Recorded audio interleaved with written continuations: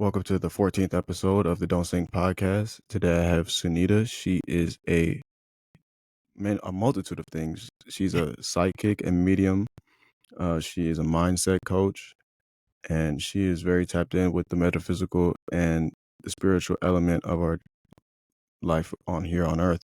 And I'd like to give her the floor and allow her to introduce herself and first tell us a little bit about where she's from and what she does.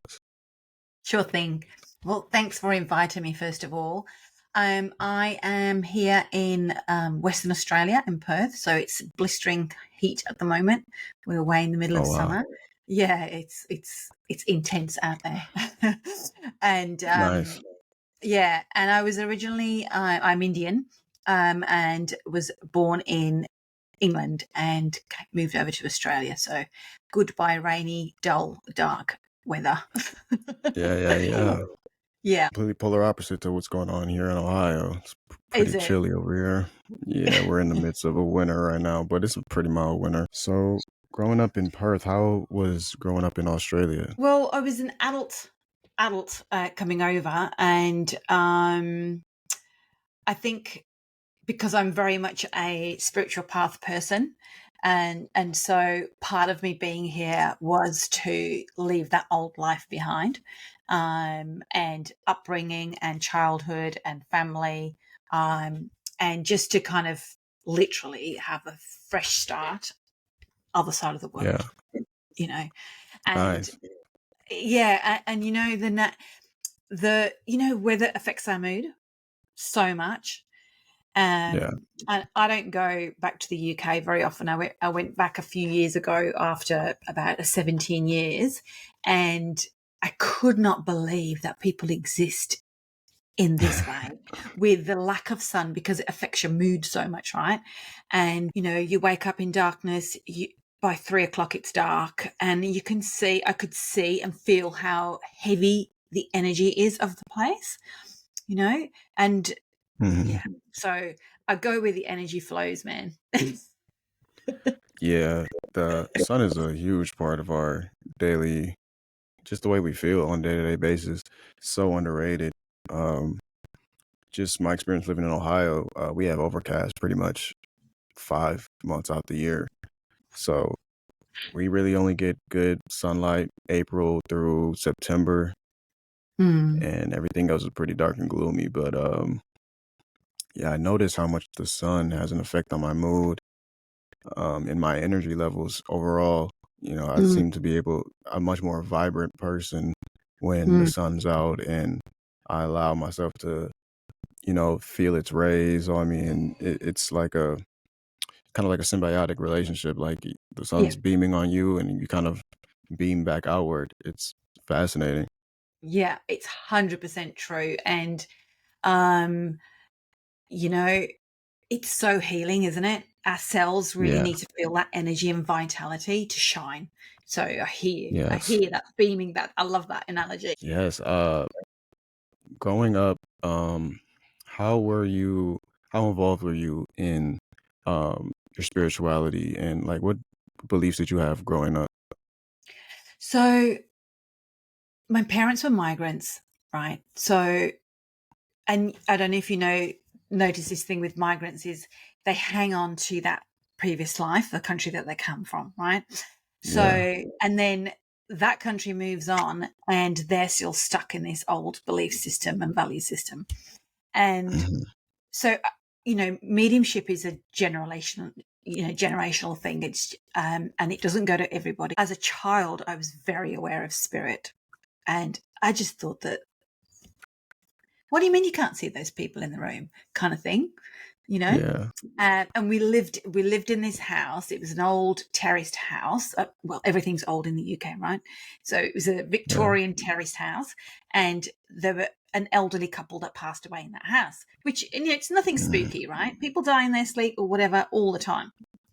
Right. But the fact that as a child I grew up and it was normal for me, was just, I guess, the first step to understanding that my awareness, it was different when others would point out, no, there's nothing there, and I'll go, so and as a child, you don't question yourself. You don't go, oh, it must be wrong, because that's what adults do, right?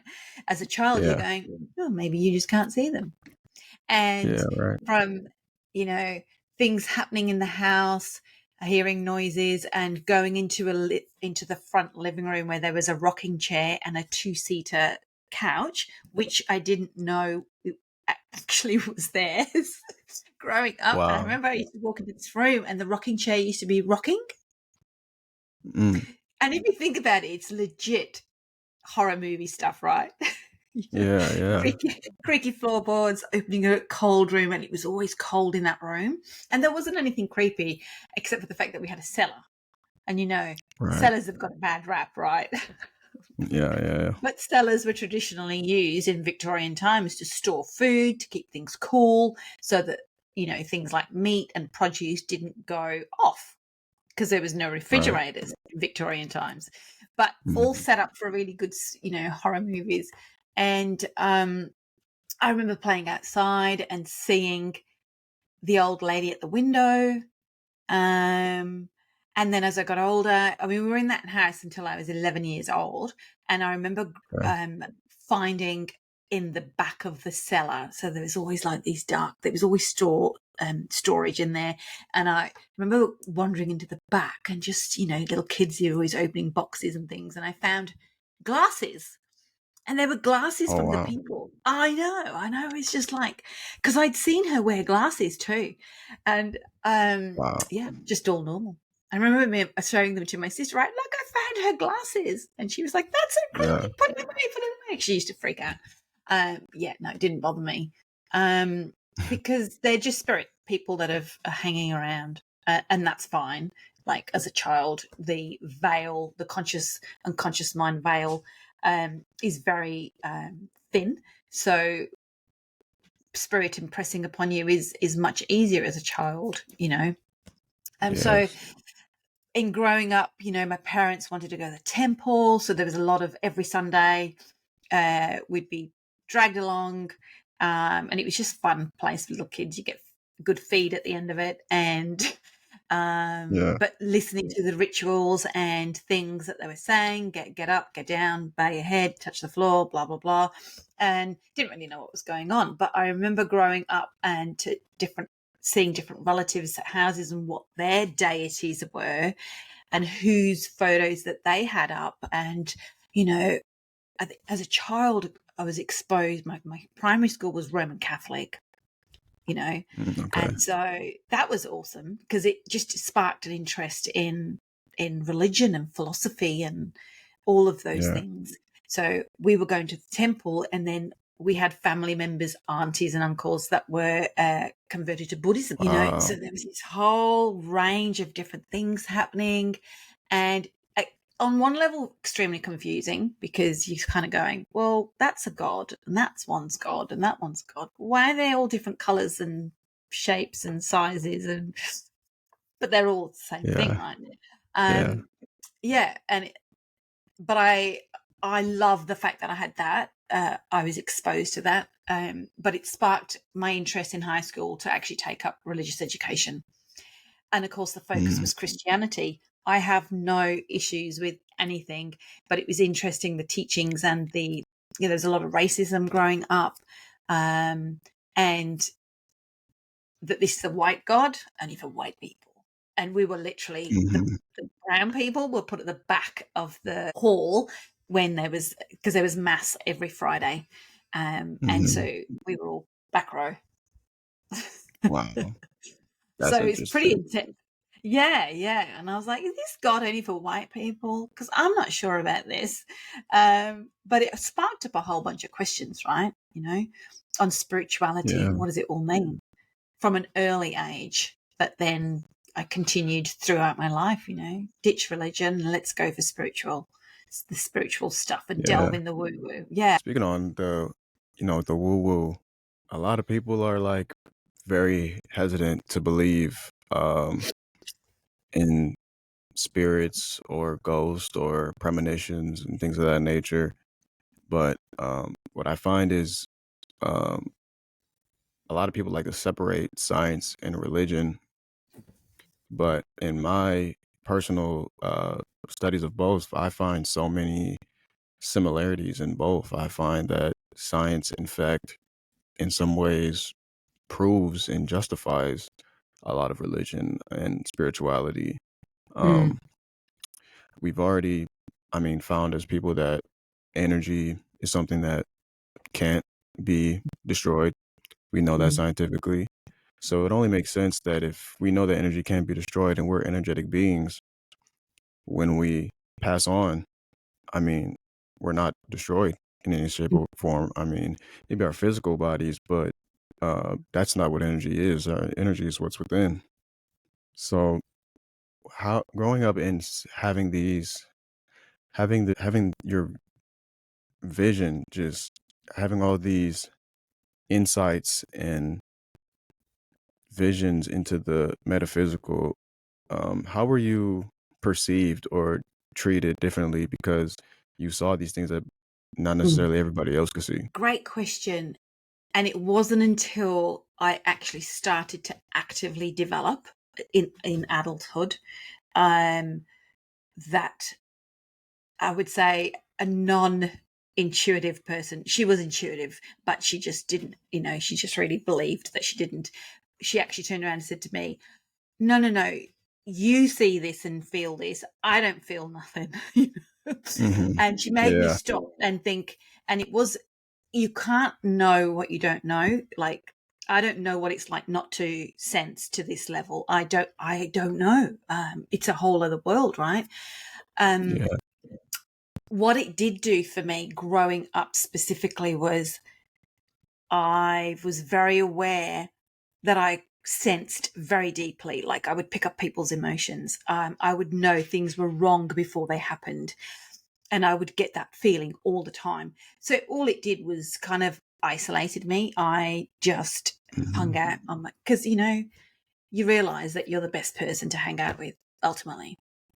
yeah, Conversations are awesome, and and so yeah, I kind of went through my life, like school, for example, dodging the cliques because you know hmm, that there's different cliques, right? And yeah, I made sure that I didn't, like, pardon my French, piss anybody off. And I just kept it hmm, low, kept it chill, and just navigated through each of the groups and conversations. And because I was very good at observing people, I was so good at observing people. And I think that came from, yeah, like, always stepping back and observing. So I knew the dynamics. So I understand. And that's part of, like, why I went into doing the study of coaching and all of those things. It kind of amplified the psychic ability and the intuition because I was very aware of people's behavior. It was, like yeah, you say, the science proved the feeling. So, and yeah, I was looking at people going, that's so right, and so it gave me another skill set, to be able to hone in and see what people were really doing. Because, talking is not nothing. yeah, It's what yeah. the rest of you is doing, and the energy never lies. Never does. I Never. definitely agree with you. When did you start um, coming up with the idea of what you wanted to do in terms of your career? Like, what were the first insights you have of, oh, maybe I can use my sensitivities and abilities to help people? So, in the turning point was the death of my sister. So my sister and I were Hmm. really, really close, and from what I understand, that a lot of from trauma, that's where it can be the turning point in, not just, I mean, for everybody, right? It can be the turning point in changing your life, Yeah, but also for spiritual gifts to open up. So, as in the path, it's kind of like getting that smack in the head. So, her death made me question, well, where is she? Even though, I didn't know the technical stuff, I didn't have the foundation of spiritual development or mediumship development and how it all works. So, her death just opened up a whole bunch of questions and, like, where is she? Is she here now? You know, is she here hmm, now? And where have you gone? Where have you gone? How could you leave me? How could you leave me? All those questions that happen when you love somebody and they've just gone physically. even though Yeah. I could sense her. I could so sense her. Like I knew she was there, but I didn't know how I knew she was there. And so Mm. it was when I came back home after a 6-month just awful journey back to the UK, I actually, somebody at work, it was a temp at work, just a temporary person that had come in to fill in. And she said, here, go and see this lady. And I just took a phone number. A couple of weeks later, gave her a ring, and she said, oh, yeah, I'm doing a retreat at the moment. Call me in a couple of weeks. I called her in a couple of weeks. She said, I'm not taking any bookings. Bearing in mind, I have no idea who she was. I Right. heard that she said she was a medium, but again, that didn't really mean anything. I was like, I don't know. Yeah. And so this was like November, and I didn't get a booking until the following February. Mm. And I remember leaving work early, and it was, those pivotal moments in your life. I've had two, and this was the first one. And I was driving along going, I don't know why I've left work. I've left work early to see this woman, and I don't even know what I'm doing. And from that moment when I had my reading from a medium and I didn't even know what a medium did. And she confirmed every single thing that was happening. At every moment that I thought my sister was there, I felt her, I sensed her. She confirmed it. And I remember in my head going, Yeah. and then I said, well, she said, and then she said, and you already know this. And I'm like, yeah, but I don't even know how I know. Like, how does that even work? Right. And she's, because you're a medium. And I'm like, okay. Again, straight over the top of my head. And then she said, I run workshops. So I started my path. I found a teacher. She was my teacher. We're now really good friends. She lives over in Sydney. Nice. And I just basically did workshops. And there's this traditional way to sit and develop your mediumship, and it was like, when a balloon's needs to, you get that pin and you just pop and it just goes, poof. That was Yeah. me at that point in my life, and everything just flourished. It was literally where I was meant to be. Wow. Like the magic, the doors opened up. Like I met three solid teachers that gave me the kind of like taught me with integrity, with ethics and solid foundations. And like you've said, science, I'm a nerd, so I want to know the scientific stuff. I'm not just the rainbows and unicorns and blah blah blah, Yeah. walk around in the whole that because I never liked the word psychic, because it just conjured up that woman sitting with a crystal ball just scamming Yeah. people. And that was just Yeah. totally. So I have a corporate background. I have my feet firmly on the ground. I will look at other people and go, yeah, I'm not sure about that. And I also understand Yeah. that there is so much energy and metaphysical stuff that my puny brain, as developed as it is, not that I'm better than anybody, just different, that there are other things that we couldn't possibly comprehend, right? But I know Right. the phenomena that I've witnessed, I've sensed, I've seen, felt, heard. I'm blown away. Like I don't, there is so much out there that we don't know, but we kind of Yeah. get into this realm of, like I know that there's aliens as coming from the space of, we can't be the only people in the universe, right? So the Right. flip side is Right. there must be other things, but I'm not sure how far down the track I believe when I hear some of the theories, right? And I'm like, I'm not sure about that, because I'm like, you must be high, man, because I'm not sure about that. But the Yeah. scientific, the government stuff, I believe that, yeah, totally, right? And I think there's a science fiction connection to the metaphysical as well. Totally. Like, look at Yeah. Star For sure. Wars, all about energy, all about Yeah. energy. And I grew up on stuff like that. I love Star Trek, quantum Same. physics, all of that stuff. So Yeah. that is the kind of things that my mind will go into, knowing that I'm firmly grounded in my psychic ability and my mediumship and my healing. And, because it happened at that beautiful time where it was meant to, my path and purpose was just bang. That's where I want to be, helping people. My healing ability came up. And even probably 3 months into the monthly workshops, I remember she got me up and to start the healing work, and I was like, I don't even know what I'm doing, but yeah, I'll go with it because you know more than me, right? Like, so I just trusted in the Mhm. process. I never doubted that I wasn't worthy and blah blah blah. I was just like, yeah, just go for it. Like, she knows. Like, that proof, that evidence Yeah. that she gave me in that first meeting was solid, was so solid. Mm. And that's what you want when you want to meet somebody, right? So they come back to you and they trust you, and they know. And I know Yeah. from her as a teacher, and you know, teachers in mediumship also are rare. So I was blessed. Like, I know that I can sense at all levels. You know, I'm a teacher, so there's a way that teachers as mediumship in healing their minds are. So, and it sounds really freaky, right? And it's only because when I'm standing up teaching that my clients, the students have said, did you just do that? And I said, what do you mean? Well, were you just in my head? I said, well, kind of, yeah, but I don't see it as that kind of a thing, right? Because I need to Right. track where your mind's gone and where you lost the link, where you lost the psychic link, or where you lost spirit, or that where you're doubting and your stuff's coming up. So I pick all of that up when I'm teaching. Yeah. I'm like, that's a pretty cool teaching aid, right? Yeah. Definitely. Yeah, for sure. I think, like you said before, a lot of us have this conscious veil that separates us from the metaphysical, and Mm. a lot of people, no matter what particular situation they've gone through in life, I think that layer gets thicker and thicker and thicker as we get older, and Yeah. we, as humans, try to have this false sense of control over what's going on. Yeah.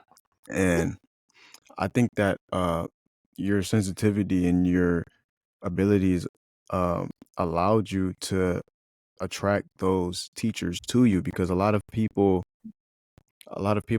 are on the right track, but they always detour and they get farther and farther away from their natural path because of that false sense of control they want to have. Mm. So I think having that open mindset and that observant mindset of always just observing what's around you and always being in a student mindset of always wanting to learn Yeah. puts you closer and closer to your natural path that you were set out on. What are some 100%. things, like, I know in this day and age, a lot of people suffer with mental health. Mental health has become like a huge hot button topic in the recent years. Mhm. Um, what do you think the overarching um, disconnect is amongst people, because we're becoming so much more aware of how we feel, and we're becoming better at articulating how we feel, but there's not too many solutions we're coming with. We're kind of like making the list of symptoms and problems longer, but the list of solutions is still pretty short. Oh my God. Yeah, You're saying everything that I do in my work, because action is like, otherwise you're just talking. If you don't take action, you're just doing nothing, right? yeah, And it's that, mhm, and yeah, I agree with you. You know, there's a shift in people right now where they just like to give air to their problems, mhm, and they actually don't want to do anything about it. And you know, that's something that I learned very, very early on. I cannot sit and be in that type of energy, because it's very low vibration, and it's very it pulls you down, doesn't it? It's like we yeah, talked about at the beginning, it's those dark clouds. It pulls you down, and it's dense, and mhm, there's nothing light about it. And I've always been a solution focused person. That was my individual, like, growing up, that was my trait. Either fix it, or you know, there's for every solution there's a problem. For every problem there's a solution, right? yeah, Like, it's connect so deeply connected. But if it's a mindset thing, right? If you're mhm, constantly thinking about the problem, all you're going to get is problems. um, and it's having the capacity to elevate higher. And I know a lot of people, and you know, this whole thing of shifting your environment and letting go of people that bring you down, letting go of situations and events and stuff that brings you down and makes you feel heavy and dense.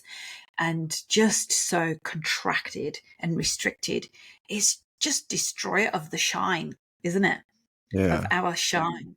And it's natural as humans that we are negative. Like, well, where does that mindset come from? Like, it's insane, Mhm. right? Yeah. And it's happened. It happens, but I mean, how many babies do you see born grumpy, right? Yeah. Yeah. Like Yeah. pretty much none. And it's everything about your environment, and mental health is one of these huge areas.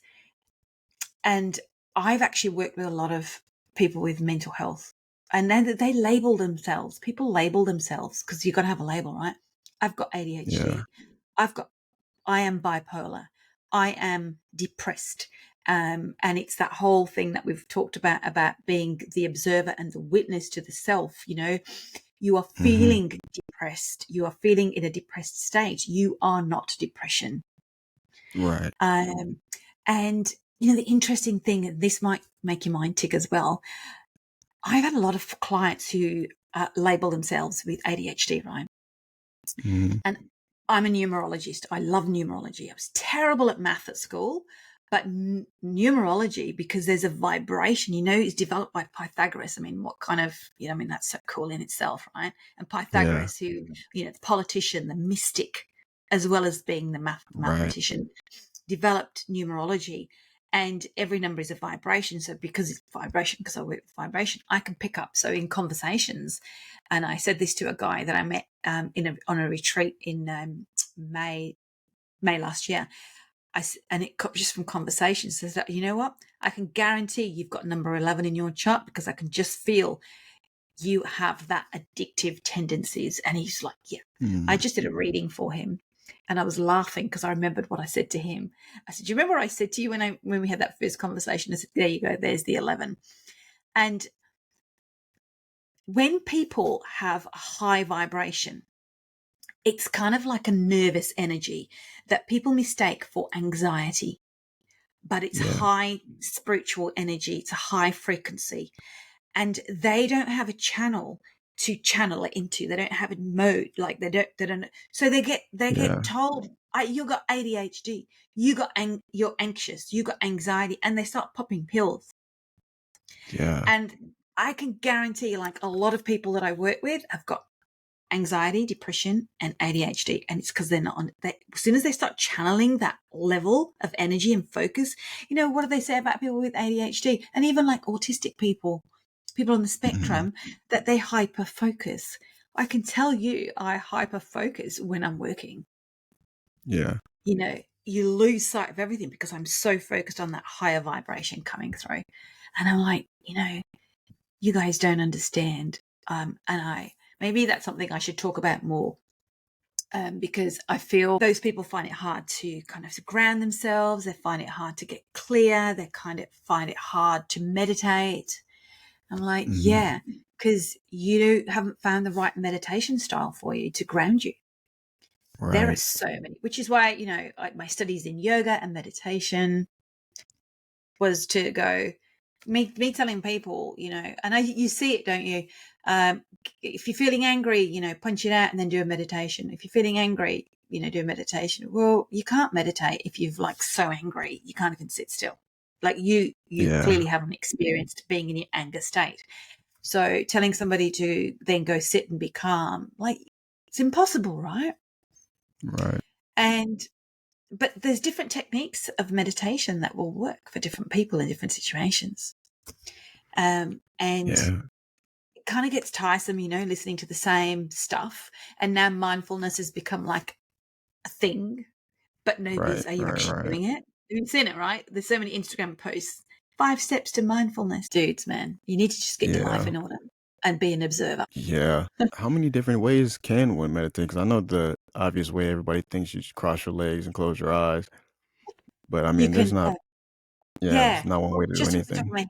my head, so you've got silent meditation, so it's sitting in silence. You've got Mhm. music meditation with music, right? So just music. You've got guided meditation, so you're listening to a voice. You've got walking meditation. Walking meditation is so awesome. And you kind of see, like, if you ever see 80, 90-year-olds walking around, you see old people Yeah. and they've got their hands behind their back and they're looking and they're mindfully walking and they're one step, and then they look up. That's Yeah. where you learn mindful, walking meditation. It's amazing because you see things, so many things that you have not seen because you're too busy getting to the next place, right? Yeah. And mindful meditation is awesome. Meditation, what is it about? The purpose of meditation is to bring you into the present, because in the present there's no chaos, and it's to Okay. ground you in the present. And being so grounded in the present, you connect to yourself, and then the wisdom comes through because you're connected to yourself, because you're not rushing to get to the next place, thinking about your shopping list, what I need to fill in my day, thinking about the Yeah. past. The whole point of meditation is to ground you into the present, because that's where the beauty is, and that's the only place where life exists. Not Yeah. your made up I version, definitely right? agree. Yeah, I Yeah. like that a lot.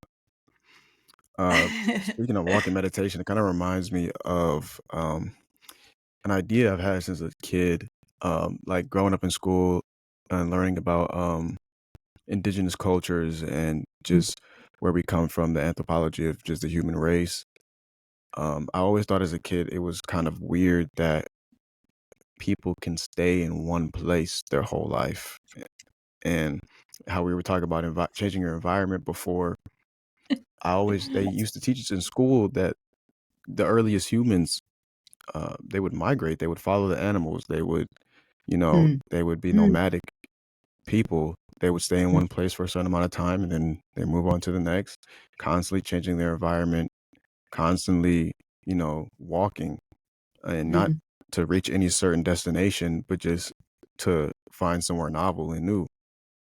Yeah. And I think that's like something that we're missing as a species, because we've built these civilizations, these metropolises, and we get so comfortable and we sit in one place for decades.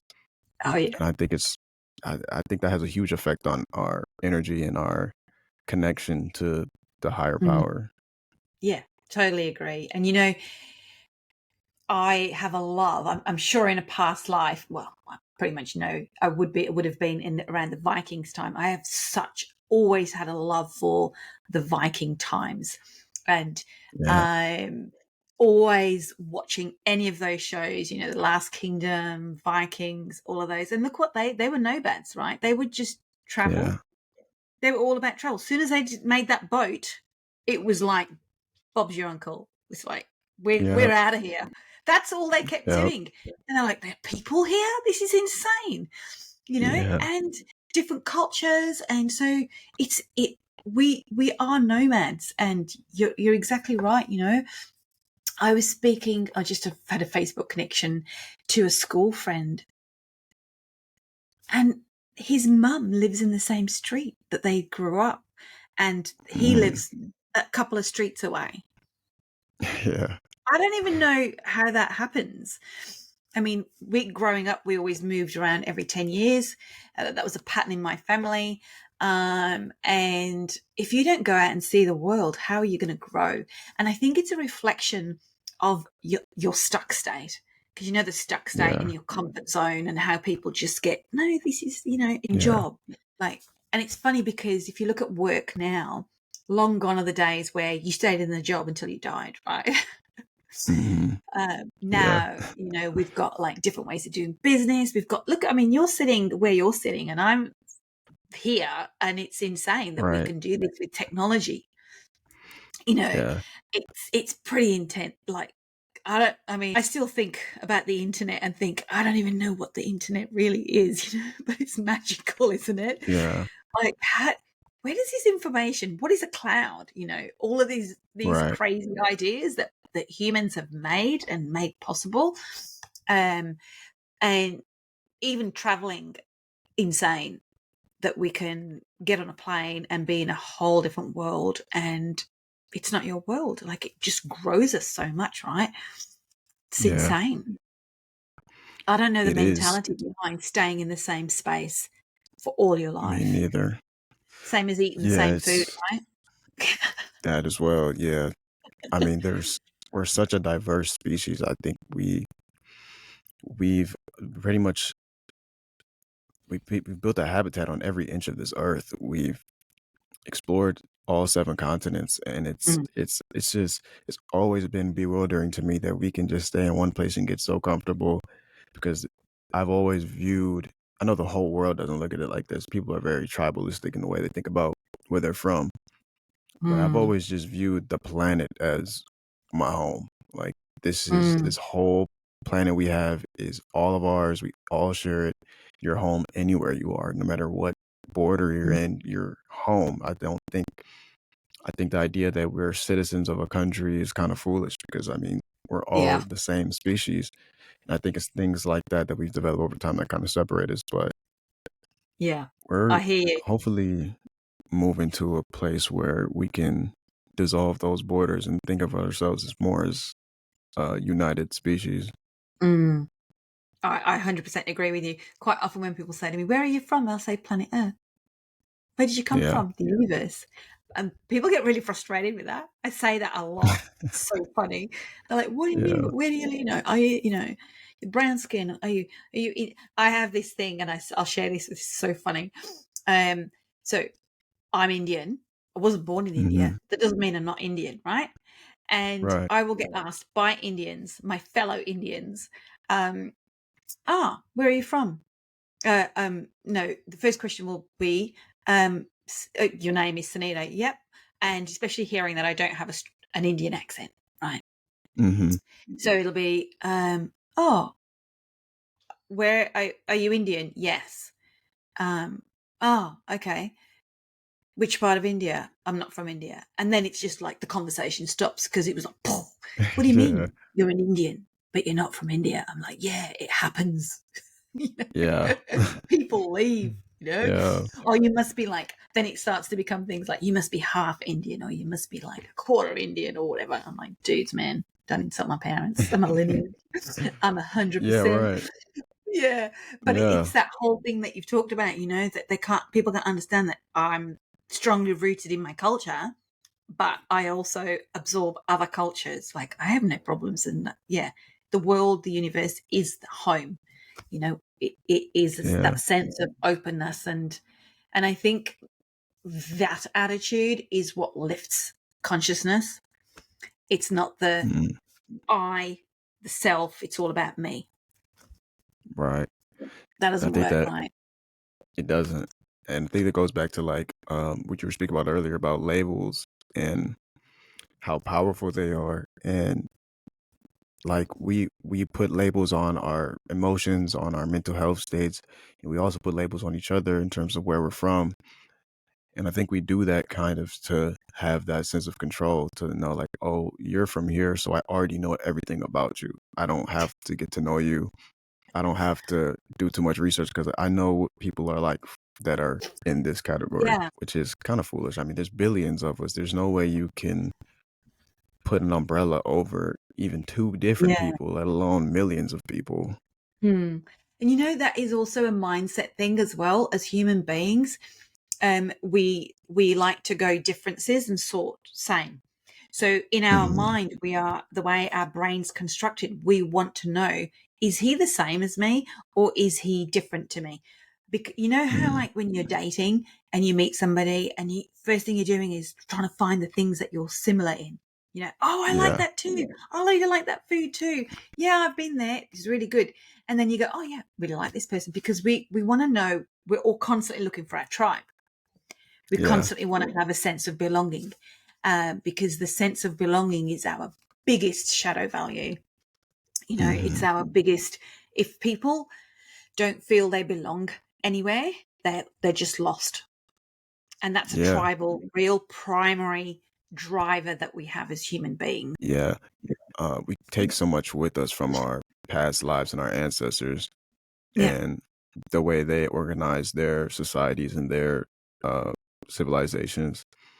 But I think what we have to understand as we go along this journey, that we evolve. We are ever changing beings. We aren't this static thing that will remain the same forever. Humans that lived 2.5 million years ago don't think the same we do, even though we kind of keep some of their habits. Even today in 2024, where we have to be more open to the fact that we can change, and not only change our way in thought, but change the way we organize, change the way we sort ourselves in the world, because we're always, grabbing for that sense of control, that sense of Mm. understanding. And I like what you said about how when we date or when we're trying to meet a new friend, we're always trying to find those similarities between us. I've always found I've always kind of did the opposite for some reason, which hasn't always worked. But when I'm, yeah, when I meet somebody new, I usually try to find out what things that you are deeply into that I've never heard of or that I know nothing about, Mm. because those are the things that to me bring me closer to people. Because Mm. if I'm with some person that's into all the things I'm into, there's really no room for growth there, Yeah. or there's no room for deeper understanding. Like, Mm. I want to know something new. I'm always looking for novel experiences and different things that I didn't know about. So when I meet somebody, it usually kind of pushes them away, because they're like, why are you trying to figure out like what's different about us? Like, Mm. and people kind of put a negative connotation on differences, but I think differences are the beauty of the Yeah. human species. Yeah, totally. And it's our uniqueness and it's our, um, yeah, we're not meant to be the same. Right. Can you imagine how Yeah, that'd boring be the pretty world would boring. be? Oh my goodness. I would be Yeah. like, oh, God. Yeah. It's Yeah. our uniqueness that, and this is part of the, I guess, the dichotomy of humans, right? We Hmm. strive, we look for the sameness. And when we're different, we're kind of looked at like, oh, you're not too different. And we don't want to know, you don't belong in this tribe. And then they Yeah. become the black sheep and they become, yeah, they're outed, right? Yeah. People with unique perspectives and unique voices and unique opinions and attitudes. It's like, whoa, you know what? We're talking about sheep mentality, aren't Yeah. we? That's exactly what we're talking about. And There's a few of us yeah. black sheep out there, the rebel rousers. And I think Yeah. those people make a difference, right? When it's channeled positively, they're people that make a difference. And I think there's the make a difference people and impactful people are yeah, they're a different perspective, right? They're all about bringing about change because change is growth. It's even when that saying around always look for the positive even in things that that have seemingly been negative. Well, yeah, because it's all about growth. Growth sucks. Growth hurts. Growth is really hard. Change hurts. That's why only few people do it. Yeah. Yeah. But change is necessary. And Totally. it's what keeps things fresh. It's what keeps things, interesting on this planet. That's right. And, change is inevitable in the same way that the moon changes and the seasons change and daily the weather's different, right? And nature's Yeah. trying to teach us, if we have a symbiotic relationship with nature, it just changes, right? I was just Yeah. saying, like I'm about to post on social media, like it's dark moon today, it's new moon tomorrow. So dark moon is when there's no moon in the sky. And the dark Mm. moon is the precursor to the new beginning of a new moon.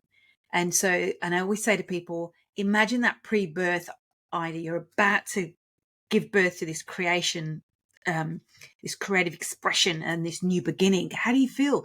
You feel inward, you feel, you know, you feel reclusive and you're about to birth something new, whether it's an idea or anything. It happens to us every single month. So get on the Yeah. program, shift with energy, and your energy is low because all of your energy is going towards this birthing of Mm. something. And like full Yeah. moon, I was dragging my butt around this week, going, "Oh, my energy's so low. I just don't want to do anything." And then I was like, "Oh yeah, Hmm. new moon. New moons I find really hard because I naturally have energy." And then full moon, I'm like, "Woohoo! Here we go." because it's Right. shine and it's expansive. So that's our natural cycle, right? It's our Yeah, symbiotic I believe so. relationship with nature. And the same with seasons. Winter, you're more reclusive, you're more inward, and you have more dense foods. The energy is more dense. You go into spring renewal, and we've forgotten how to live as human beings within our natural state and within nature, within our planet. And I'm such a big advocate for your natural energy, your biorhythms. You Yeah. know, because it all affects your vibration. And the more Yes. natural you are living close to nature, which is why people want to go, there's a thing, I don't know if it's there in the States, but definitely here in Australia. You buy a second home and it's called the down south home, which is the second home. It's kind of like the Mm. cabin, having a cabin, So Yeah. here, it's getting a second home, going down south. Going down south is where it's obviously less. It's less dense. There's little towns and more kind of beachy resorts. But it's just to have another. But it's a retirement thing, right? I'm like, Yeah. dudes, what? I don't want. You could be dead before then, like literally. Yeah. Yeah. Um, and I didn't like. I've lived in the home. I was just thinking, probably about 20 months now. And I moved to that Mm. place. I moved to the retirement place, and it is literally a retirement Wow. coastal village town. There's about 130 people here. It's Wow. great because I don't do well with Yeah. humans. I like my own company. I like animals, and I Yeah. love nature. So Yeah. it's very uplifting. Not that I don't love people. I mean, obviously, I don't want anything bad to happen, but I prefer the company of observing. Yeah. So if you're living in a dense place where, like you said, the concrete blocks, and we've just built these towers that people live in, apartment living, all these things, and you're feeling no energy. Well, there's a reason. Yeah. Your life isn't conducive to receive energy, an abundance of energy, and it affects your health. Affects your Yes. health, affects your Drastically. mindset, and then it affects your health. Yeah. It's more. It takes more of an effect in your life than what people, I think, realize. Um, Yeah. Especially in the States, we pretty much all live on top of each other. So it's Mm, like it's hard for people to really grasp. If you're even if you're a religious or spiritual person, if you're not very sensitive to your energy, and mm, not only your inner energy, but your external energy, how much space you really take up in the spiritual realm. I think yeah. people are very blind to that. And so when you live in this little cube and this is where you spend most of your time, it will shape your energy. Like if you put a water in a glass, the water can't escape that glass. It's Yeah. inside of that glass and it cannot Yep. get out of it. And Yeah. that's how our energy shaped. They're kind of really cubical and uptight and up on top of each other. And Yeah. that's why we're meant to be outside to, let our energy be Mm, boundless, yeah. spread, and connect to other people. Yeah. And to connect to the natural, nature is our plug-in source of vitality, isn't it? That we Yes. need a plug-in. And I feel very blessed where I am. There's natural sunlight, lots of sun, lots of nature, sounds of birds, sounds of animals, and it's just great, Yeah. And I can feel myself feeling expanded all the time, which allows me to get grounded in my sense of self, and feel more connected to consciousness, the divine spirit, Yeah. whatever the words are. But your energy is abundant, when you're tapping into source, right? And so you Yes. receive more guidance, and just like, yeah, you're more clear. Um, and it's funny because then when I do drive into Perth, as soon as you get near and the houses get more and built up, I feel like I'm just being compressed. I'm like, no, Yeah. it's Yeah. insane. And people are living there, Yeah. and I was too. But I always, mindset is everything. I used to Mhm. be 25 minutes away from the beach, but most of the time, you just can't be bothered to drive, blah, blah, blah. So then Mhm. I was like, you know what? I'm going to create the mindset of living the life of being on vacation so that I Yeah. can get up what time. It's not about having lions, but you can finish and start work whenever, because time is abundant as well, right? Yes. It's not a 9 to 5 working for yourself as a solopreneur. You Yeah. like, if I don't have, like, I walked away yesterday because I was like, I don't have I have no more creative juice, and so I had to walk away on something I was working on. So it's knowing what time is my energy more abundant for creative things, what time is my energy low, what's happening at nighttime, am I getting full sleep? And we've just Yeah. become so disconnected, and when people want to pop a pill or blame others, or they don't look at their environment and what actions they're taking. So yeah, we're going back in a circle, right? It's all about Yeah. environment, it's about taking action, and it's about inner awareness. And you know what, Noah, right at the beginning of my development, when I first started to sit and I Mm. watched the group, so we call it sitting in a circle, and we do exercises and psychic exercises and give healing, and and spiritual inspiration comes through others. And you will know, the Black Revolution of gospel singing and those churches where it's just euphoric, isn't it? When they get up and they start Yeah. talking and preach, it's just like, I love it. And even watching it, and you're not even, watching a video of it, you can feel the energy. And Hmm. I remember sitting there looking at the group of people I was with and going, these people are never going to move out of their stuff, man. And they've got this Yeah. gift. They've got this gift where they can communicate with people that have passed over, or the gift of healing, or or the gift of, lifting people, inspiring people. And they're so stuck in their own stuff that they can't get over their own stuff. And don't Yeah. get me wrong, losing somebody, that can be a trigger to a lot of people to start to do their work. And I knew Hmm. that there was women in that room, that were suffering because of, death, a death of a loved one. But part of your growth is also looking at death as differently, right? Yeah. And I remember sitting there thinking, you know what? I know how much I missed my sister, how much I wanted to hear from her, how much if I could touch her one more time, if I could hug her, if she could hold me one more time, what I would give for that feeling, right? Yeah. And I remember sitting in that chair, observing many, many times in workshops, how when we'd practice mediumship or we'd practice giving information, how hard it was for people because their stuff kept getting in the way. And their stuff Yeah. was the block to that higher vibration and to hold spirit and to hold that message.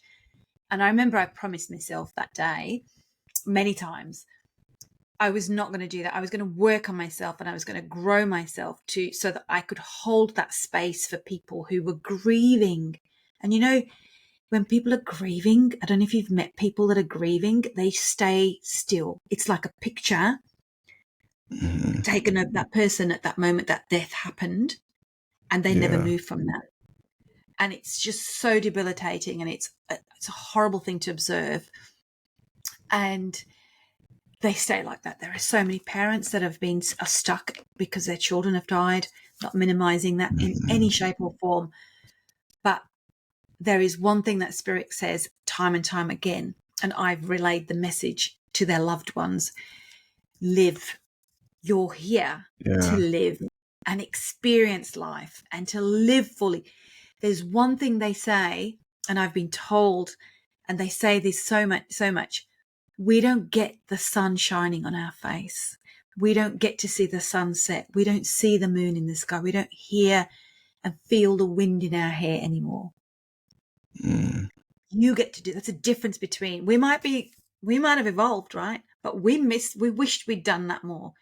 We wish Yeah. we'd taken those moments to really live and be in life. And part of my drive has always been to grow and work on myself, so that when I'm holding space and giving those messages and uplifting, that you will go and live life. Like, just go Yeah. be you and live it. You only got one. You seriously only got one. Yeah. And Yeah, don't that's waste super it. important. Yeah, Don't that's waste it. critical. I mean, it's so challenging to, you know, even take yourself out of that mind state when you're grieving for someone because you're trying to compartmentalize someone's entire life and you're trying to have reverence for it, you're trying to remember them, you're trying to honor them, you're trying to show them that you cared about them. But I think most people that are in the world of the living would want for when they pass for their loved ones to not be stuck. Mm. I don't think anybody wishes that upon anybody. I don't think anybody would say, "Oh, when I go, I want the world to just stop." Yeah. You know? Yeah. Uh, yeah, Yeah. I think 100%. that's And you know what? huge. Spirit come back and say that. They say that. They will say, because they're saying, imagine looking back and going, dude, man, what are you doing? You probably got Yeah, this many years, and what are you doing? And I'm so glad to be able to give those messages to people. And sometimes when I meet those people again, or I'm after a demonstration, public demonstration, and somebody will come back and, hey, you said this to me last year, and yeah, this happened. I'm like, yes, because you're yeah, born to live fully. You weren't born to suffer. You weren't born no, to be ill and to doubt yourself. You're born to shine. You're born to just be you, because there is nobody. The billions that there is not one single person like you. yes, yeah. Your individuality is everything. That's what you've been gifted with. That is your inherent gift. That's right. That is your gift, man. And I'm like, well, if only people understood that, I'm like, stop not believing that. It's, Yeah, so many it's, people.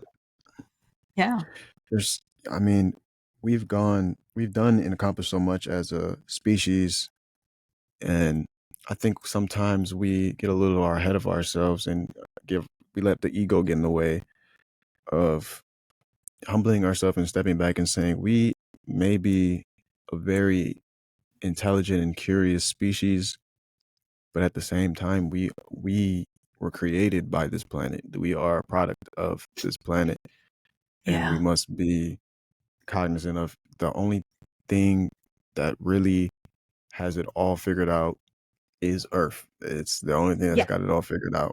yeah, totally. And that leads me to, I don't, have you seen the Netflix series Sweet Tooth? No, I haven't heard of it. Well, I think there's 3 seasons. So I'd watched the first season, and inevitably, because I I kind of didn't have a TV, so Mhm. I'm using somebody else's TV, right? So it was really interesting. I thought, oh, there's Sweet Tooth. There's another 2 seasons, and I pick these ones because they appeal, but exactly what you've just said, and it is about a virus that is killing off humans, Wow. and Mother Earth creates a new species, and it's Mm. humans merged with animals. And oh Wow. my god, obviously the little baby's so cute. And so the main character, Sweet Tooth, if you just Yeah. Googled it, you'd see the picture. He's a deer.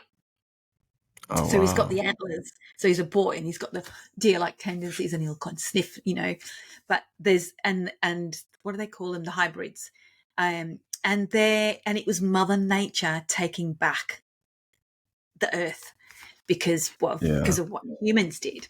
So it was kind of like, okay, well, you didn't do the right thing. You created all this, and then you created a virus, and then you've wiped yourselves out. So I'm going to give you these gifts. And so all the babies that were born were hybrids of animals.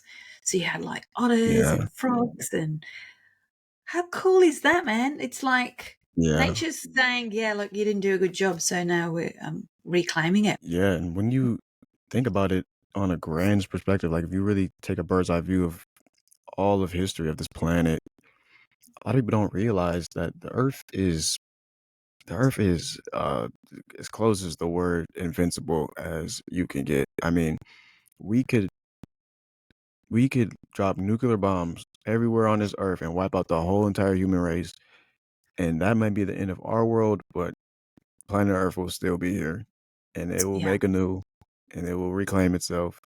Yeah. and it will make a new species, Yeah. and it's that powerful. I mean, we've had 5 or 6 mass extinctions on this planet, Mm. and here we are having this conversation when I know. every organism that's ever lived has been wiped out, and it just births anew.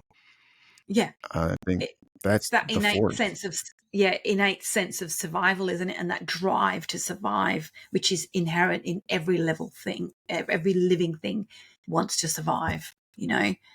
Um, Yeah, yeah, and yeah, it just needs the environment to flourish, and then if it doesn't have the environment to flourish, it goes and finds it, right? yeah, every time. And I think that that's the nomadic state that we have as well, that we talked about earlier.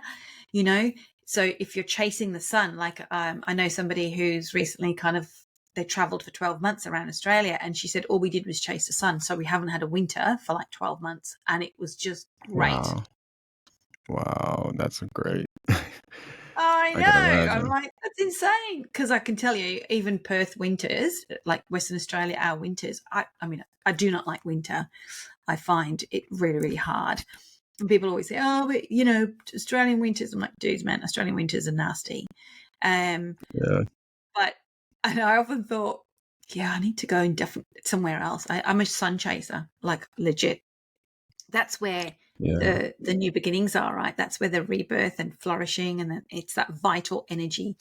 It's all going back to energy and that source of and that drive to live and to flourish and to keep, being alive. Yeah. yeah, I think the Earth, the sun, and even the moon are all kind of like metaphors for just how you should approach life. I mean, when we try to think about it in our own minds, it really doesn't make any much sense. No matter how much science we can apply to it, it does not make any sense that we're on this rock in space and there's a No. big fireball that heats it up just perfectly, and it allows us to do everything that we've ever done. And it doesn't really make too much sense, but it's Mm. not for us to really make sense out of. It's for us to just be in the present moment and create, design, live, love, experience.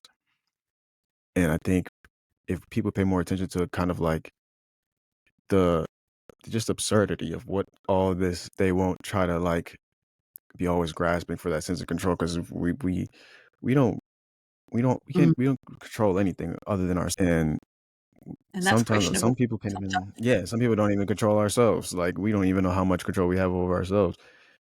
So I mean, it's best to just approach every day as a gift and to make the most out of it. I think that's Mm. how I've recently started looking at life like that. I used to just kind of go through the motions of life and just try to get to that next thing, always looking forward to something, always trying to find the next thing to look forward to. And that kind of takes away all the light from life in the present moment, Mm. trying to 100. always yearn for something or have that sense of lack. I think that kind of sucks out all the energy from your being. And now I look at Yeah. every day as kind of like, well, I woke up, I'm back here again. Let's write a new story today. Yeah. Yeah. There's, we are abundant in opportunity. We are abundant in aliveness and just prosperity. And I think you're right. The lack, man, like it's such a Yeah, default code within human beings, right? yeah, And I also feel like it's to do, our programming, totally to do with our programming, our nurture versus nature environment, and it shapes us. It shapes, and I don't know. When you look at the generations, when people are going about the boomers and the Gen Ys and the Gen Zs, and like now, I feel like we've talked about already. It's all about me. Look at me, and look at my life so crap, and blah blah blah. Um, and the and it's all about the self and the I, and so tapped yeah, into the mental plane and their programming and what they're lacking and their lack of responsibility, right? Lack of yeah, accountability, mindset, because everything's been done. And I don't even think that, and it's not a classic blame the parents, because I know. That's not true either. It's just this Yeah. fast-paced environment that we live in, where everything's like, we're just there, other side of the world, just like that in a few hours. And, you can turn on the internet and there's somebody from a different country, and everything's so easily accessible that there's that ease of things. So they want to have things that anything that's hard, they just don't have they can't apply their mind to solving problems, right? Yeah. And doing and going from like the nomads where, you're growing corn, you were growing wheat to then make into that loaf of bread. We've lost all of that because now you just go Coles, buy a loaf of bread, and that's it, and it's instant. Yeah. It's available all the time, and it stays fresh for 7 days. I mean, that's weird in itself, right? Yeah. Right. So, and it's just, it's really not conducive. There is a movement. I don't know if you've got it there in the States. Well, it's obviously there in the whole world. It's happening where people are becoming more aware. They want more conscious living, awareness of what they're eating, awareness of how Hmm. their mind is and their mental, emotional state, and just wanting to be better humans, right? We've Hmm. lost a sense of community, kindness. Yeah. I mean, like reminding people to be kind. Like, what is Yeah. that even? Like, Yeah. just don't I even. can tell you. I witnessed yesterday. I went to pick up my mail, and there was a customer berating the guy in the store. I was shocked, and he was belittling him, and he called him a fool, you idiot. Mm. I was like, and he wasn't even. He would have been in his mid-50s. Like so you have a bit more sense. And then he kept looking at me for acknowledgement, and I was like, dude, you're just berating another Right. human being, and publicly berating him, and he said, "Oh, I'm sorry you had to see that." I said, "Well, man, just be kind. Right. It's Yeah. unnecessary. Just be kind." Yeah. And it kind of looked a bit awkward, and I was like, "I'm reminding people to be kind," and the other guy was totally embarrassed. Yeah, I So bet. this is the world we live in. We live in a world where we have to remind people to be kind. We have to remind people to take action. We have to remind people to do things. I'm like, what are we doing? Spoon feeding people to be. Yeah. Yeah, I see it and uh I'm discouraged every time that I see it, but at the same time I do very much well understand it from just kind of a mathematical aspect. Um I just think of it as like an overall progression of when things get easier for people, the harder things become harder. So Yeah. it's just like somebody that's raised in an affluent family that, didn't have to face too much turmoil, didn't ever have to face adversity. And then they go out in the Mm, world on their own. And then the smallest piece of adversity will make them turn around because, mm, I mean, that's the biggest thing to them. That's the biggest piece of adversity they've ever faced. mm. And in contrast to somebody who may have been raised where adversity met them at the door at the beginning of life, they've learned how to navigate those things. They're better at Yeah. handling Mm, them, problem solving. And so I think just overall as a species, as things kind of generally get easier for us to survive on a day-to-day basis, the less in touch we are with the importance of the present moment and actually the enjoyment of doing and accomplishing difficult things. Because I think that's one of the essences of being a human being is pursuing yeah. and difficult challenges and difficult pursuits. Yeah. Yeah. 100%. You nailed it. It is that, and it's that. Yeah. And when you think about it, so you've got Yeah. washing machines, microwaves, and dishwashers, and this stuff that create your foods, and right. And Yeah. then, so you'd think that we had all of that time to not have to do that job, but instead we've just filled our life with more crap. Yeah. Just because time is a thing Yeah. you never get back. Time is a thing that you never get back. And I learnt, I've post-its fallen off, but I've got something written in my office that says freedom, like structure creates freedom. So, especially as an entrepreneur, the more systems and structure my business has, the more freedom I will have, because the things are still working already and I can still Yeah. do something else. But we're not applying that to life, so the Yeah. fast pace in life, we're almost having junk food in our life, like junk information and junk time, Mhm. like, I made a promise to myself that I wouldn't pay for paid TV, because I realized Mhm. things like Netflix, you just, nothing. Yeah, It's just so addictive, you know? it is, And and it takes up so, so much of your time. exactly. And you don't have time. It's one thing that we do not have is time. You can't change it. You can't, it's like, it's constructed by man, right? Um, Yeah. from your waking moments in the morning to your sleeping moment, that's all you have. And nothing is guaranteed. Nothing is Yes. guaranteed. Like, I was actually, this might say it's not more morbid thought, but I was laying in bed when I woke up this morning. The sun was shining in, and I was just in my creative time. And I like to be awake before I get out of bed. So I want Mhm. to be engaged more. And I had this thought that, I thought about Carl Weathers, Mm. right? Yeah. Legend. And I loved all of the Rocky movies. Sylvester Stallone, love it. Mhm. And I was thinking about, his cause of death, that he died in his sleep. And that's a Mm. luxury, to die in your sleep, Yes, it is. and not to be dying in pain, being accidents, murders, all these disease, that you can just peacefully die in your sleep and not wake up. I'm like, if I'm going, if I could choose, that would be the way I want to go, right? Like, see ya. Yeah. And I was like, I was laying there as I'd woken up. Yeah, dying peacefully in your sleep would be a good way to go, right? And Yeah. then I thought, well, I'm so isolated, I could die in my sleep and nobody would know. Yeah. There's a bit of a flip side to that, but we don't get to choose. Um, Yeah. yeah, unless we take it in, do it ourselves.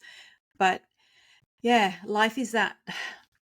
The time that we have in our life and how we spend it is really important. Yes. Having abundant energy to live life fully is also really important.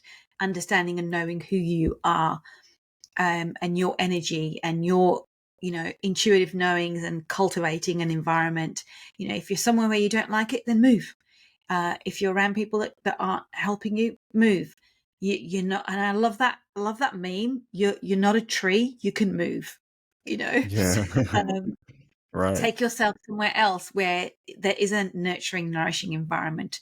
Sometimes my coaching clients will say, "Yeah, uh, um, I was triggered by so and so and so and so, and my friendships." And I said, a simple answer to that: choose better friends, get better friends, Yeah. have better friends. Yeah, full stop.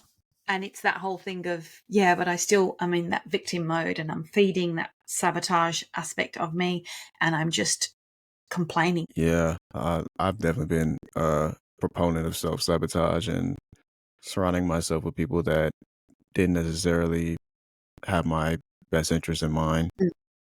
Mm. But I learned that I have one of the few things I do have control over is who I make friends with. Yeah. And a lot of people, just like how they live in one place their whole life and they kind of stick around there, a lot of Mm. people are friends with people by accident. And it's kind of like weird to me. Like a lot of people are friends with like their next door neighbor or the kid who lived across the street or someone they went to school with because it's just convenient. Like, you Yeah. know, I found someone that I kind of like that's nearby me, but I mean, there's 8 billion people you can be friends with. You don't have to limit yourself to, Mm. someone Yeah. that went to the same college as you. You can. Mm. There's a whole world of people that I have so many different personalities, so many different backgrounds, so many different walks of life that and there's a lot of people that are out there looking for probably somebody just like you to be friends with. Mm. And I think people should open their minds up to and be open to that, because a lot of people feel like, oh, well, I'm so weird. I'm so different. Who would want to be friends with me? But I mean, that's just having a small bubble mindset of like Yeah, where you're from. The 100%. world's your home. It totally is. And if anything, to people who are listening, it is about just be you. Be you. Yes. Dare to be different. Go and shine. If your life currently isn't where you want it to be, and how you want it to be, you are more than able to make those changes and change your life. And you know what? It's always one step at a time. Make one change. Make one small step. Take one small step. It will make anything that will make a difference. And everything in life is about taking that one step that makes that. It's the 80-20 rule, right? Hmm. Um, so that you don't have to keep trying and trying and trying, and one small step, and follow your heart, follow your passion. Um, yeah, because life could be over just like that. Yeah, it can. It's quicker than I thought it would ever be. You know, I remember being pretty much every age, and it was like it was yesterday. Mm. So it's like, and a lot of people spend a lot of their life being somebody else, which is Mm. really kind of sad, because we're so we just want to be accepted, and I think we Mm. get lost in that pursuit of trying to be accepted and put on these camouflages and try to Mm. put these different masks on that we hope will be accepted by other people. But Yeah, that stuff weighs you down, literally and metaphysically. It weighs you down. yeah, yeah, 100%. I Yeah, call them it's not easy shapeshifters. though. Yeah, Yeah. shapeshifters. I'll be anything that I show up how you want me to show up, and you're never going to Hmm. see the real me, because you know what? I actually don't even know who the real me is Hmm. anymore, because you've shapeshifted so many times, you've forgotten who your actual self is. And that, yeah, you're Yeah. right. It is. That's a hard one for people, because it's all about the lack of self-worth and lack of confidence, and just the lack of being comfortable with who they are, and to bring it up. I have so many people that I work with that say, I'm too afraid to show up as me because I'm afraid that you're not going to like it. And that's just, Mm. it's That's heartbreaking, right? unfortunate. Yeah. Yeah. And just, yeah, I'm like, well, man, you've only got one job to do in this life, and that's to be you. And if you're not nailing that, then you're, yeah, yeah, it's hard, right? I just can't comprehend that. And I think that we've Yeah, all been there at some point. Hang on. We've all been there at one point. But yeah, if you're ultimately, that's your go-to space, then that's there's a lot of work that needs to be done around that. definitely. And for anybody that's listening that thinks that being themselves will be disadvantageous to them, um, I found in my personal experience, catering to other people's emotions and catering to other people's likes and trying to be somebody that you're not, it only can take you so far. Mm. You might get in the circles that you want to get in, but all that energy, all that pent up energy that you've trapped inside yourself is gonna start leaking out, because that's not Yeah, who you truly are. You are yeah, you. So you can only hold it back for a certain amount of time, and that's what builds up a lot of people's depression and so-called stress and anxiety. It's that person yeah, inside of them like that wants to really be themselves, and they think that it wouldn't be advantageous to do so.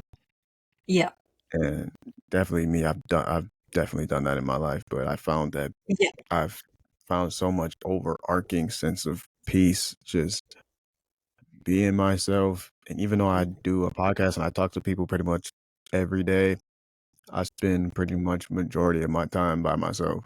because I know Mm. that the more time I spend with myself, the more I will get to know myself. You can't Yeah. just like meeting anybody, you can't get to know someone if you're never around them. So Yeah. the Yeah. more time I spend with myself, the better. Yeah. And you know what? 100% agree with you. The more time you spend in this space, the more time, you have to actually listen to what's going on with you. And one of the, and I love doing this, um, silent retreats. Mm, Have you ever done a silent retreat? no, I wish And so. oh yeah, try a silent retreat. And you don't have to go anywhere to do a silent retreat. You know, Mm, you can just be silent in your own space and yeah, just go, right, I'm not going to watch TV. I'm not going to have the phones on. And just for this weekend, I'm not going to speak, and I'm going to spend and allocate some time for meditation. So you're not doing a lot other than, maybe journaling and meditating. So enriching and rewarding, even if you just did like 3 days. The second yeah, thing is dark room experience. If you've ever done a dark room experience, next yeah, level. yeah. I've done Um, a deprivation tank. yeah. So, yeah, and the float tanks are awesome, but the dark rooms are actually spending numbers of days in darkness. Wow, wow, Yeah, wow, wow. actually being in a room. So I've done that too. Amazing. Yeah, And the unreal. key step to them both is you got to be okay with you, Hmm. because if you're not connected to yourself, or if you struggle with all of that stillness and silence, you're going to struggle. So step by step. But I did a dark room retreat last year, and just wanted some kind of free group time, which I tend to do at the end of the year. The shift in energy and vibration, and I did a week of rest, and then I went into the dark room. So I did like 3 nights, 4 days. Amazing. Wow. So they would just like through a hatch, like a kind of like a two-way hatch. So they wouldn't let a lot of light in. So you were Mhm. going to get, like a hatch, lift the hatch, bring your food in, take Oh, it, wow. and it was a bed, the toilet, the shower, sink, a place to sit. And that was it. And yeah, it was awesome. And the senses completely shut down. Yeah, It's so healing and regenerative. I can't emphasize it. So if anybody out there has ever wanted to try silent retreats, sort of deprivation tanks, float tanks, and dark rooms, like, do it. It's a must. And I know that the light sensitive, like, I can be a little bit light sensitive. My eyes, I mean, look at it, it's mhm, so bright. But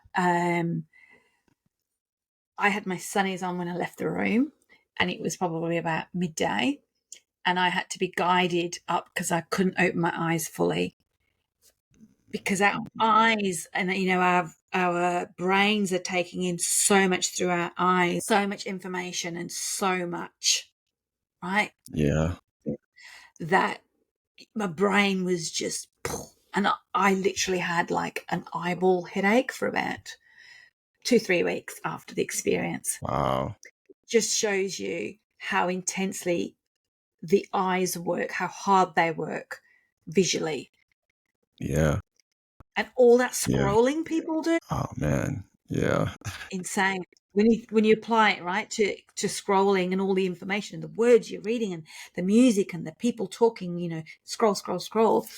um and yeah, it yeah, was it's pretty intense. unhealthy. Yeah, and I couldn't, but it just made me realize how much our senses are constantly being jammed with information 24/7, and you need to put yourself on standby. Yeah, I definitely in the last year became more conscious of the things that I listen to, the music I listen to. Um, I used to be a huge rap fan. I used to listen to music all day, every day, just Mm, headphones in, block out the world. Um, and then I came to a realization that everything that I every single part of my senses keeps track. It has like its own journal, and Yeah. it does not forget. And No. even though you might think you forgot, your subconscious never forgets. And Mm, all that music comes with an energy. All those conversations you're scrolling, listening to come with an energy that mm, you keep, and it transfers through you. And people might think that's like really out there or mystic, but I mean, it's just true. Every energy doesn't die, no. and no matter what form it takes. So Yeah.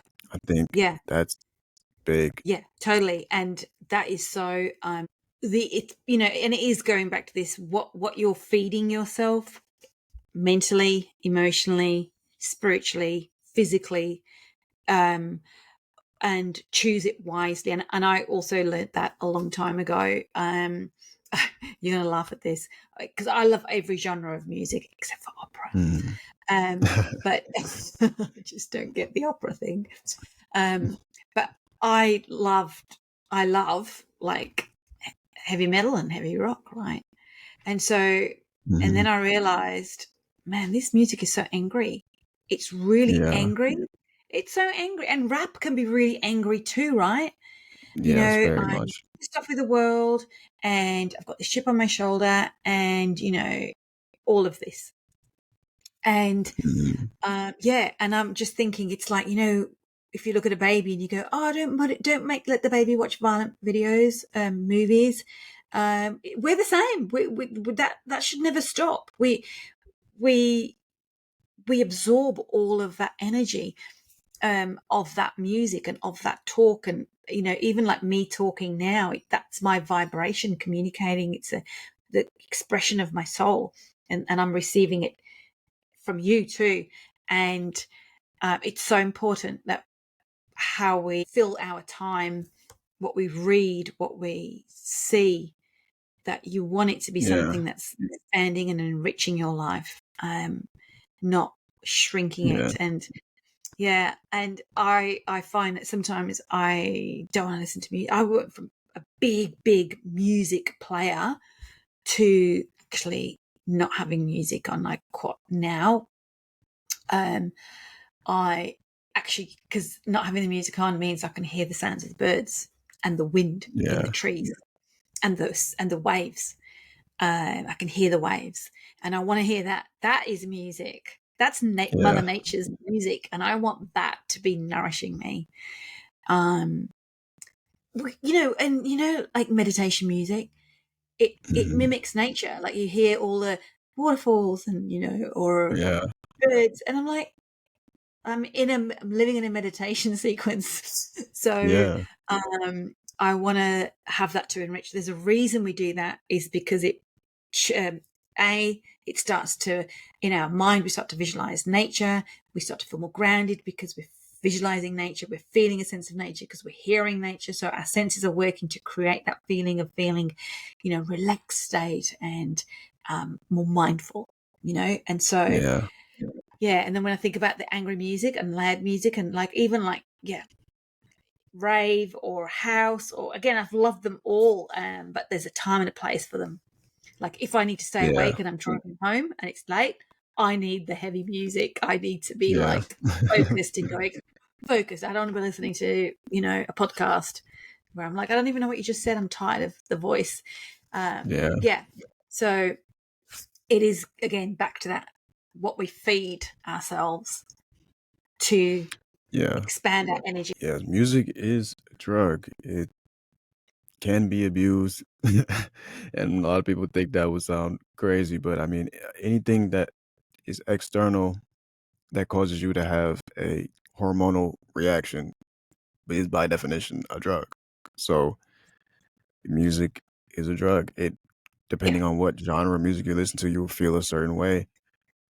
And I find it really funny when people are sad, because sad people tend to listen to sad music. And I think that's really kind of like funny to me.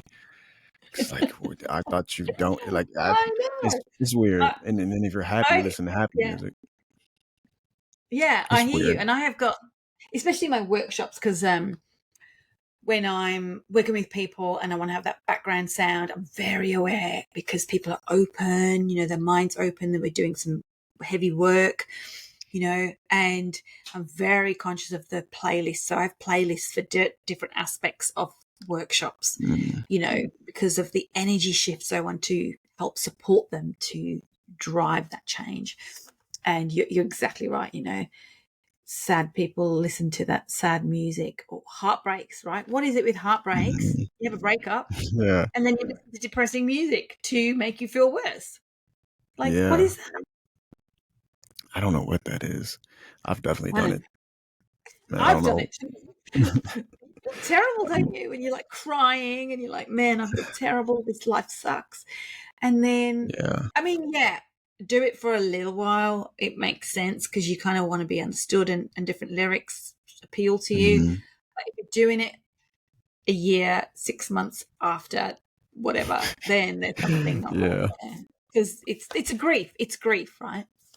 It's Yeah, it grief. Like, is. I know I have a playlist for my sister. It's a playlist Mm. that reminds me of her songs that she sent to me, because we're very, I communicate in music. So if I've sent you a Yeah. song, it's because those words resonated and it reminded me of you, or there's something in there and you get it, Mhm. right? Yeah.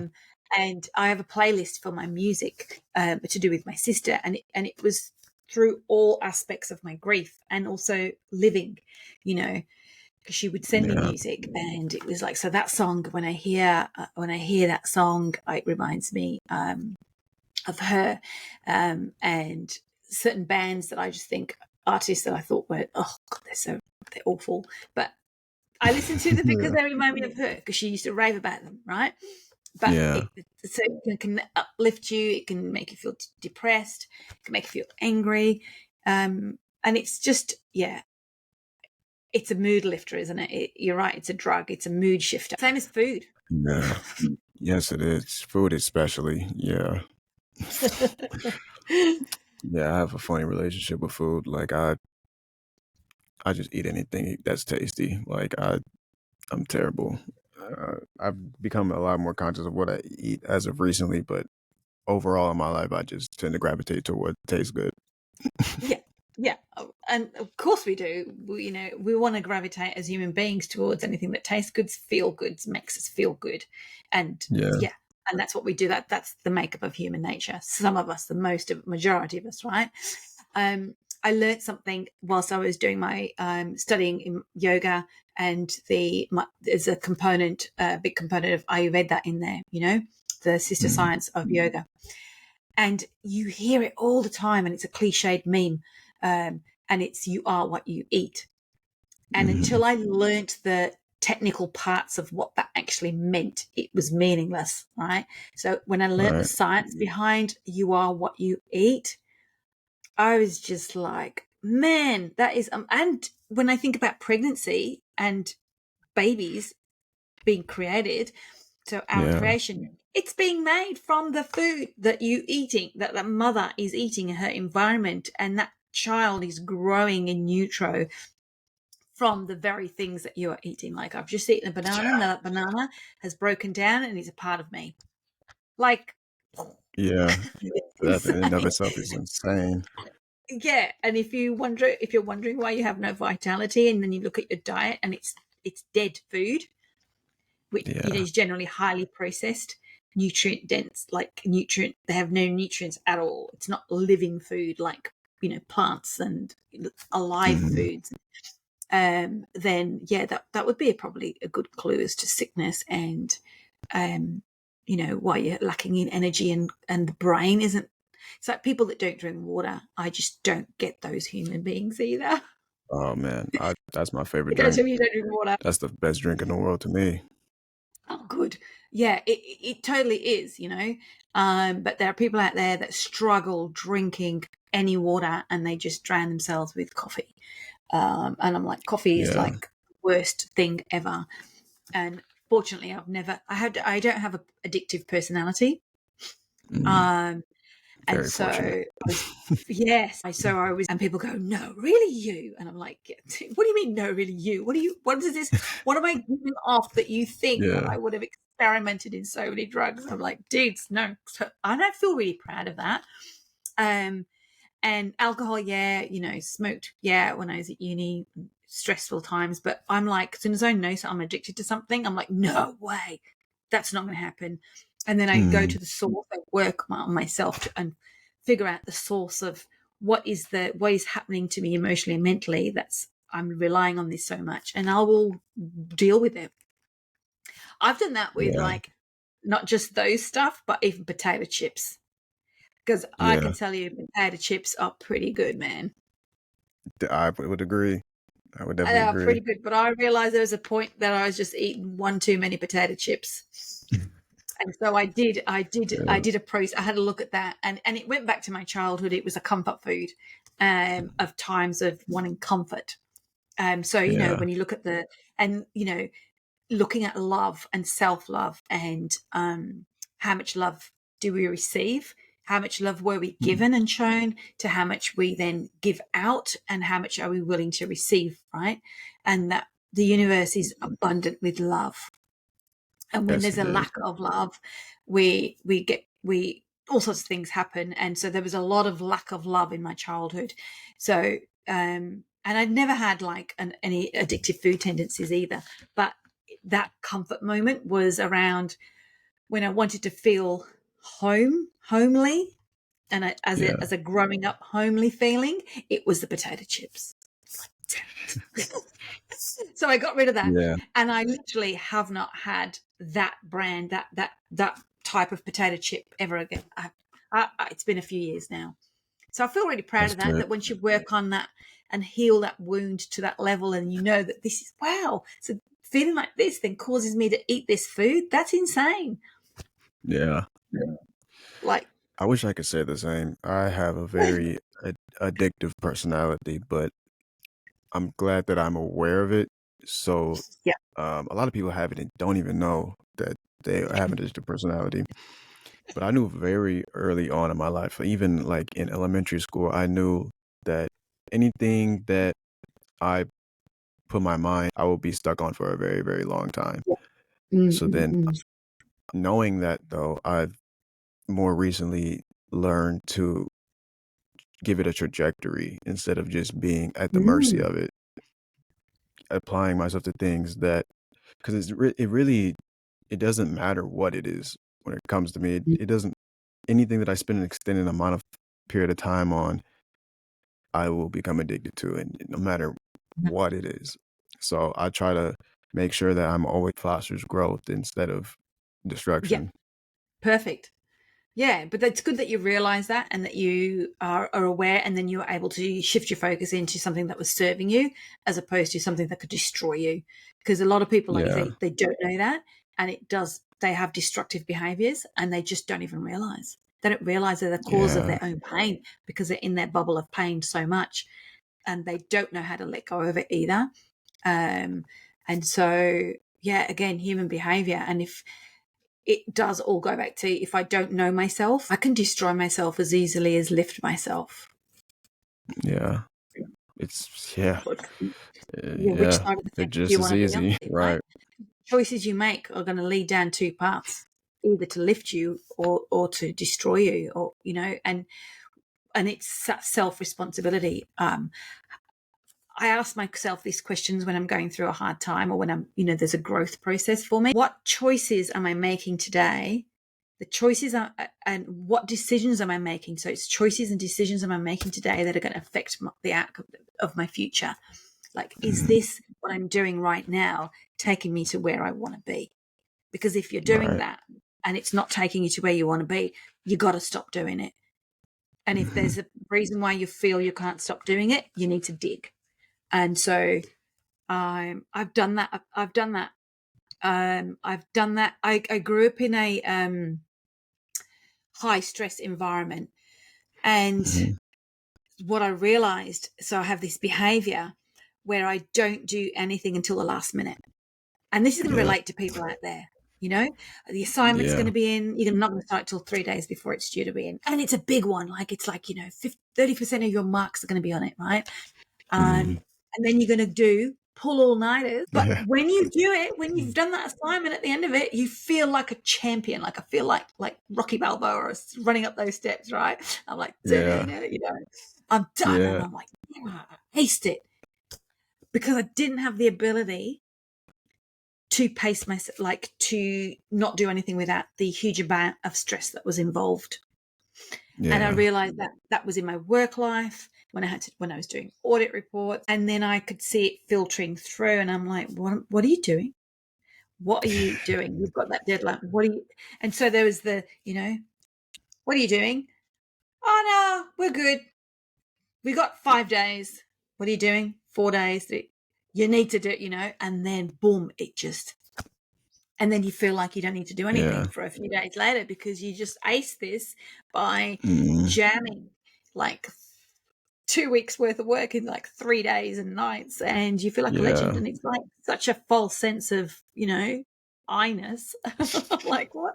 That's insane. Yeah. And then you unravel the behavior, and it was about not being able to respond unless it was a high stress situation, I definitely exhibit those habits. Yeah.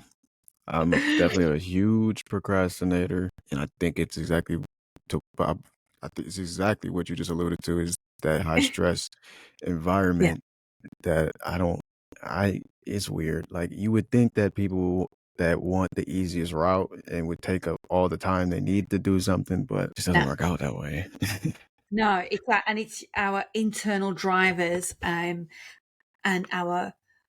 what I realized, and I'll share this, what I realized about myself was it was growing up in that real high stress childhood, and being constantly in survival mode.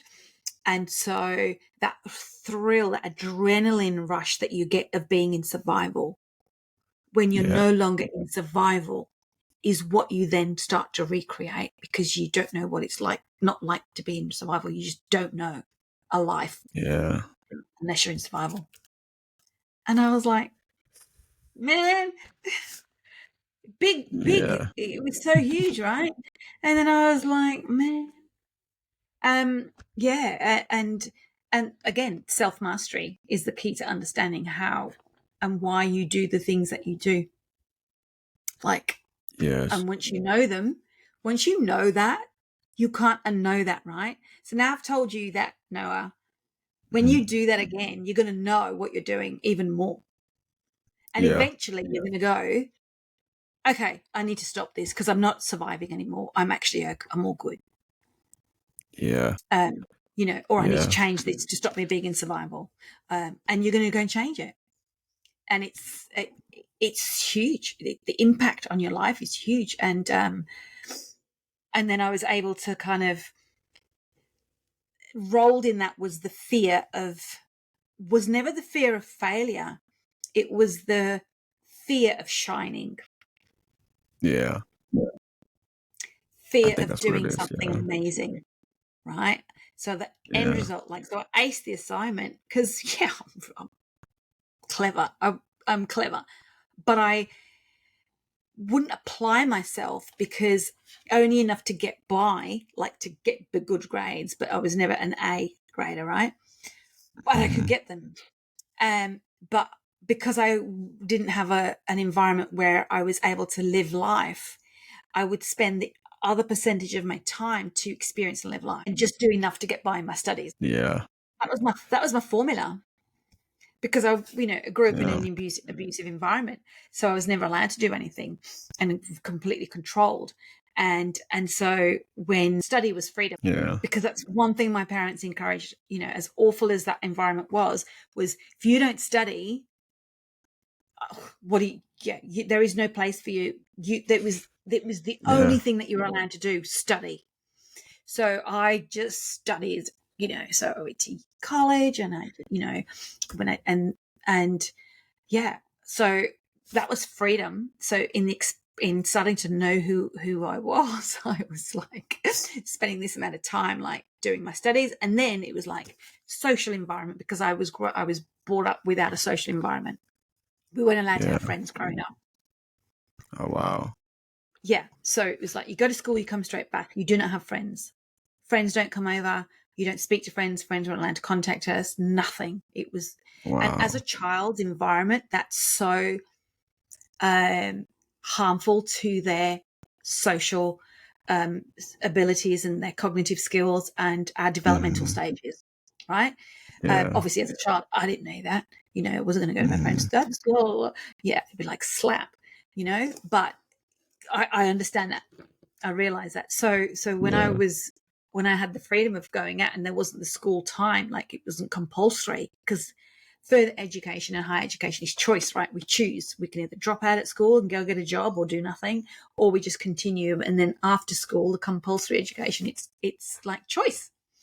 So Yeah. that allowed me to have a life. So I never applied myself to the A grade. I just was a B grader, which is still awesome, right? And just enough to like, oh, I remember asking myself, telling myself this, right? How many lectures do I need to go to pass this module before I get kicked out? And that's Yeah. what I would do. I do all the Yeah. work. Right. But that was because of not being able to have a life, not being able to live. So I found a Hmm. way in my teens to go, right. So that was my thought. That was my thought process. So I got to have friends group. We used to go duck out of classes and go have a social life and hang out, and then get back in enough to do my assignments, show up, not to affect my attendance where there wouldn't be a letter sent home. And yeah, because I was driven to exploring and living and being me. So yeah, Yeah. we find a way. That was survival. Yeah. Definitely. Me personally, I grew up with kind of a polar experience to that. I grew up always being around my friends, and kind of I got so deep into it that I kind of put my friends on this pedestal to where Mm, I was always looking up. I was always like admiring, looking up to people, trying to find that like older sibling kind of relationship with another mm, person, even if they were younger than me. Like I just had this yearning to have some kind of teacher, mentor, or some type of guidance. And it got to a point where I had to retract from that and mm, find myself, because I was kind of this chameleon of just all my friends, and I didn't really have too much of a self identity. So, uh, yeah, it's having friends is beautiful, and um, I think it's very important, especially for children to have that mm. experience of friendship and learning how to trust people, learning the value of honesty, and because a lot of people have friends, well, people that they call friends that are really not their friends, Mm. and sometimes even maybe their enemies. Um, so I think it's such a it could be a double-edged sword at times, but I think overall, um, human connection is what we all strive for, and it's Yeah. super important, and it's pretty much the essence of why we're Yeah. here, is to Yeah. connect. Yeah, totally. And, connect is such a big word for me. It's part of my tagline, inspiring you to connect. And it's to connect Mhm. to you, because through our connection, our deepest connection to ourselves, can we then connect to others at that level as well? And relationships, friendships are hardest thing for humans to navigate through. Yes. Yeah. Yes, it So is. hard. So hard. And again, it's when you're solidly grounded in yourself and connected to yourself, you stop projecting. Well, we don't ever stop projecting, but you stop that as your first port of call, where you're reacting, you in a reactive state to what the other person's constantly doing, showing up as, and how you respond to them. Again, that shapeshifter part, that Mhm. oh, you know is she in a good mood? Oh, great, I can be like this now. Or is she in a bad mood? Oh, great. Oh, damn, I need to be like this now. Mhm. Instead of going, hey, what's up? You know? Right. Yeah, because we just start to have internal meltdowns, and we can't Yeah. say to other people, hey, look, whatever's going on, or, let me know if you can. Otherwise, you need to go deal with it. We're too afraid to say that because Yeah, this is we affecting are. us now. Um, okay, so what are you going to do about it? Because it's affecting us. And that is such a hard thing to say in relationships. Yeah. And own and respond. And people don't like it. People don't like it. Yeah. That's definitely been one of my weaknesses when it comes to uh my relationship is communication because I'm such a people pleaser. I'm always trying to be as kind as I can, and so sometimes that kind of gets in the way of me not correcting people, but kind of telling them like you need to look at yourself and not in a negative way, but you need to just look in the mirror and come to terms with who you are as a person and who do you want to really embody as a human being. Mm, Because I mean, the people I spend time with, I'm I tell people like I'm spending time with you for a reason. There's clearly something about you that is very interesting. Everyone has a spark to them, no matter who you are, no matter where you're from. Everyone has something interesting about them, and I think a lot of people are seeking that exterior validation for what that mm, is, but no one can give you that validation. Nobody can point mm. that out for you. You have to figure that out yourself. Yeah. That's something I Yeah. had to learn over time. Yeah. It's a hard one. It's a hard one. But that does come through with experience, doesn't it? And navigating, but always seeking external validation and not being, again, it all comes back to the self, right? When you're firmly Yeah. grounded and know who you are, you know how you respond to situations and know what's going to come up, because we're all flawed, right? We're perfectly Hmm. imperfect, Yep. and we're just navigating through this time that we have. Um, and some of us are trying to be the best humans. Some of us are just whatever, on the other side of the scale, and you know we are responding constantly to our environment, right? Always. That is literally, and imagine, like, we're starting off talking about my mediumship and sensitivity. And so Hmm. imagine being hypersensitive. So to energy and to other people, um, and knowing them and seeing them before that they see themselves. Like, I think, and I say this a lot, like mediumship is a dying art because our worlds have become so convoluted and there's so much noise in our environment that true mediumship, like the metaphysical stuff that used to happen, or was happening years and years ago, 100 years ago, right? Yeah. It's not happening anymore because we've got so much stuff, and that old phenomena, like, we just don't even notice it because our lives are just so full and it's so dense. And so it exists, but we don't have the ability to tap into it anymore. And the Yeah. quality of mediums, because there's this whole thing of um, spiritual bypassing that happens where there's no sense of accountability, no sense of responsibility, and people can talk the talk but not walk it, Yeah. and just make this noise. The mouth's opening and the words are coming out, but the life is completely different. You see this in, like, with the yoga gurus who were, you know, abusing women, abusing people, frauds, all of this stuff. You know, coaches, gurus. There's people that, in the public eye, that, in the health and well-being, spiritual, arena, who have got ulterior motives, right? Yeah. And it's driven by that ego, that sense, that ego and the power and control.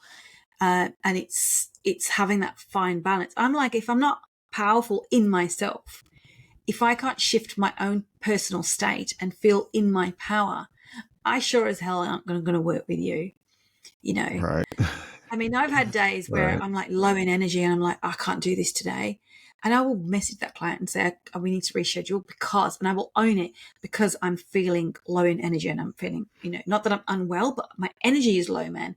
If I give that to you, I just got enough for me and I need to look after myself.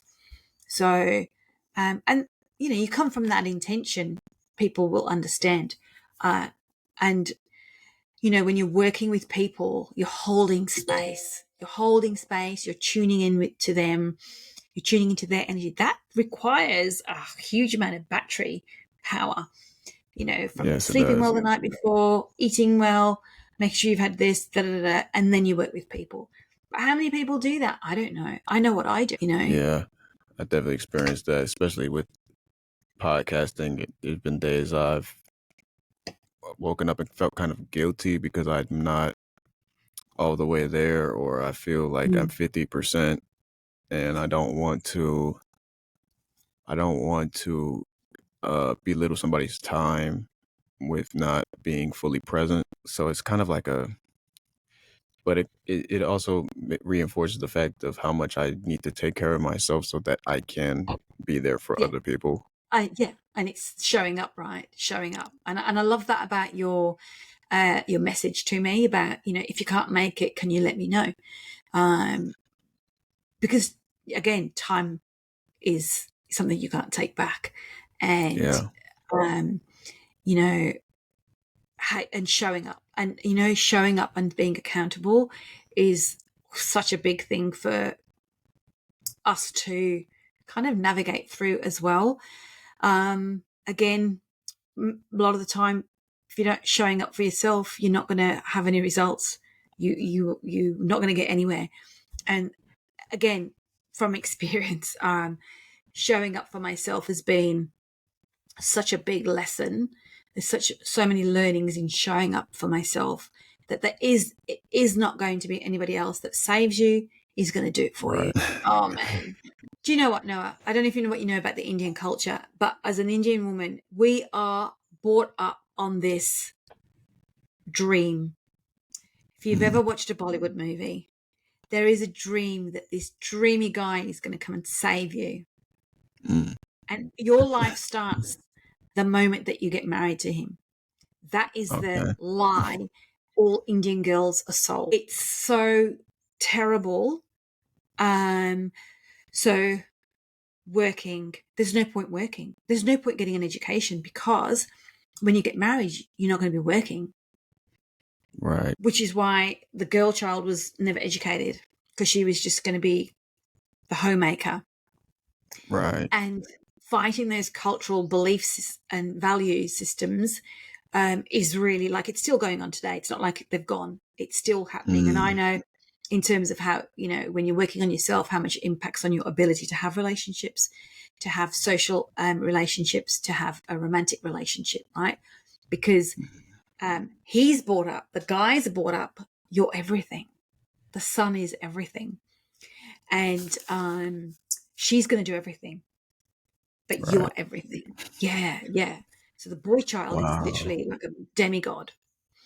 So you're brought up with this illusion that you don't have to be responsible for yourself because some guy's going to save you. He's going to provide for you. And I'm sure there's guys out there that do, right? So this is, but culture, we're talking about a cultural value system. And so women, you don't need to be responsible for yourself. You don't need to take action. Somebody's going to come and save you. And I'm like, nobody's saving you. Nobody's going to come and save you. Nope. That's a harsh reality to wake up one day and go, oh my God, it was a lie. There is no Yeah. dreamy, tall, dark, handsome dude who's going to be, Yeah. fighting the bad guys. And, no, it doesn't exist. That was hard. Yeah. I could tell you, I woke up to that lie. Yeah. But we all have these cultural societal, universal values and belief systems that we are bought into. And when you navigate through all of them and go, that's rubbish and that's rubbish, I don't believe that anymore. Like, I spoke to a client the other day and she was still living in her parental value system. A grown Mm, up, an adult woman. I said that's okay. You've just started the work, and so, right. but if you can't identify how you were brought up, the things that your parents told you to be true because it was true for them, that you still believe that that's true for you, but your actions are saying complete opposite. So you're in conflict with something that you believe in, but it's not even your Yeah, belief. It was your parents' belief. And you got to know that it's right, not your belief. It's your parents' belief. Now you can undo it. She was like, no. right. Yeah, that's so powerful Yeah, because we we do walk around. become emotionally attached to our beliefs, whether they're ours or not. They become a part of our identity, and when Yeah. we can realize that we can unlearn them, Yeah. why haven't I done that? Yeah. And once you know how and you have the tools, and you can unlearn anything. You can unlearn Yeah, anything. And it's such a powerful thing to really, truly understand. And yeah, because neuroscience, I love neuroscience, the whole science stuff around the brain, and, yeah, that, it is a fact that it's, they talk about children and the rate that they learn, and the brain is growing and how much they're learning. And and now that we know it's fact that our brain does not stop developing, like we can still change things. We can make neurological changes to our beliefs and our yes, mind, and it doesn't stop because we're an adult. And I'm like, there was somebody out there that made that discovery, right? But before that, everybody was saying, oh no, once you're an adult, you're done. I'm like, and people were buying into that. yeah, Yeah. yeah. And if you believe something, you believe it, whether it's true or not. Yeah, that's right. And the coaching statement, the answer to that statement is, you are going to believe something until you've got something better to believe in. Mm, So you're going to keep on believing it until another bigger, better belief, different belief shows up. And then, you just change your mind. That's how easy it is to yeah, collapse a belief. yeah. They are, but it's hard for people to kind of like detach from something that, especially if they held onto it for such a long time. Mm. No matter what kind of belief it is, it's difficult for people to, because you would think that, oh, when you receive new information, you'll just instantly forget the old information, but it's not that simple. Some people just l- literally block off the new information, even if it Yeah, makes sense to them. They won't yeah, allow it to download. yeah, totally. And and with the neuroscience, with our pathways, new pathways being created. If you've ever watched a video on it, and you see what the brain's doing, and especially when we're working with linguistic programming, and as a coach, when we're using these techniques, um, and just verbal techniques, man, that's how powerful this stuff is. The power of the voice. And I always think about that, the pathways, the two pathways separate, becoming formed, and then and it's like, whoa, now I believe this something else. Yeah, And then all it's done is circumvented the old one that existed, and that eventually collapses. And it's literally, I say to people, it's like using a new route to work. You know, the memory of the old one will keep coming back. Like, when you go home, you don't even have to think about you going home. You don't go, I'm going to go right, left, check the map. You don't do any of that. You just do it. You get in the car, and then sometimes you get in the car and you go, oh God, I'm home already. I don't even know what just happened in that last 15, 20 minutes, right? yeah, Um, I don't know how many lights I went through. I hope people are still alive. Hope there wasn't any accidents. I don't know how I got here. Unconsciously, we are driving. And then when it comes to new beliefs, they're going to be like that until we start to just forget that they even exist. And we're doing it so naturally, it's innately a part of us. And our beliefs are only going to keep, being a belief that we believe in until we stop believing it. Sentence this Yeah. morning, blowing it up, I think, you know. And so just stop believing that BS you keep telling yourself about not being good enough, not being able to, not having value, not being unlovable, not being clever enough. Like, just stop believing it. Yeah. Yeah, You what know? you tell yourself is so important, and a lot of people have opted to like look in the mirror and give themselves affirmations and tell themselves a different narrative than what they've been telling themselves their whole life, and that stuff is very important. Uh, Yeah. what you say is more powerful than people realize. I think words are extremely powerful. Um, and not only the words we use, but the emotion and intention behind them Yeah. are very powerful and can honestly, in ways that I don't even understand, shape the way things move and shake in the future. I don't know how it works, but Mm. it's truly a powerful tool we have. Yeah. Power of the voice. You know, people change worlds, right? Look at Martin Luther King and Gandhi and all Yeah, these, Nelson Mandela, these yeah, people that stand and speak, and they change. They make, there's movements created, right? They've changed attitudes, and just it's so powerful. And there are a lot of people who don't use their voice because they're yes, afraid to speak up. yeah.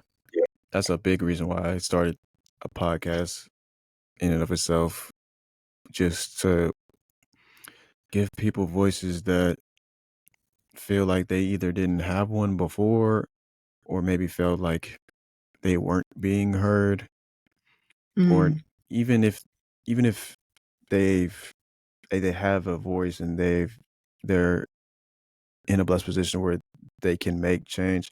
A lot of people just want to not vent, but they want to other another person to understand them on a deeper mm, level than just maybe like an interview or like a question answer format. Like a lot of mm, people want to just have a genuine conversation, and that doesn't end in arguments or doesn't end in some kind of verbal altercation, because I don't mm, think mm.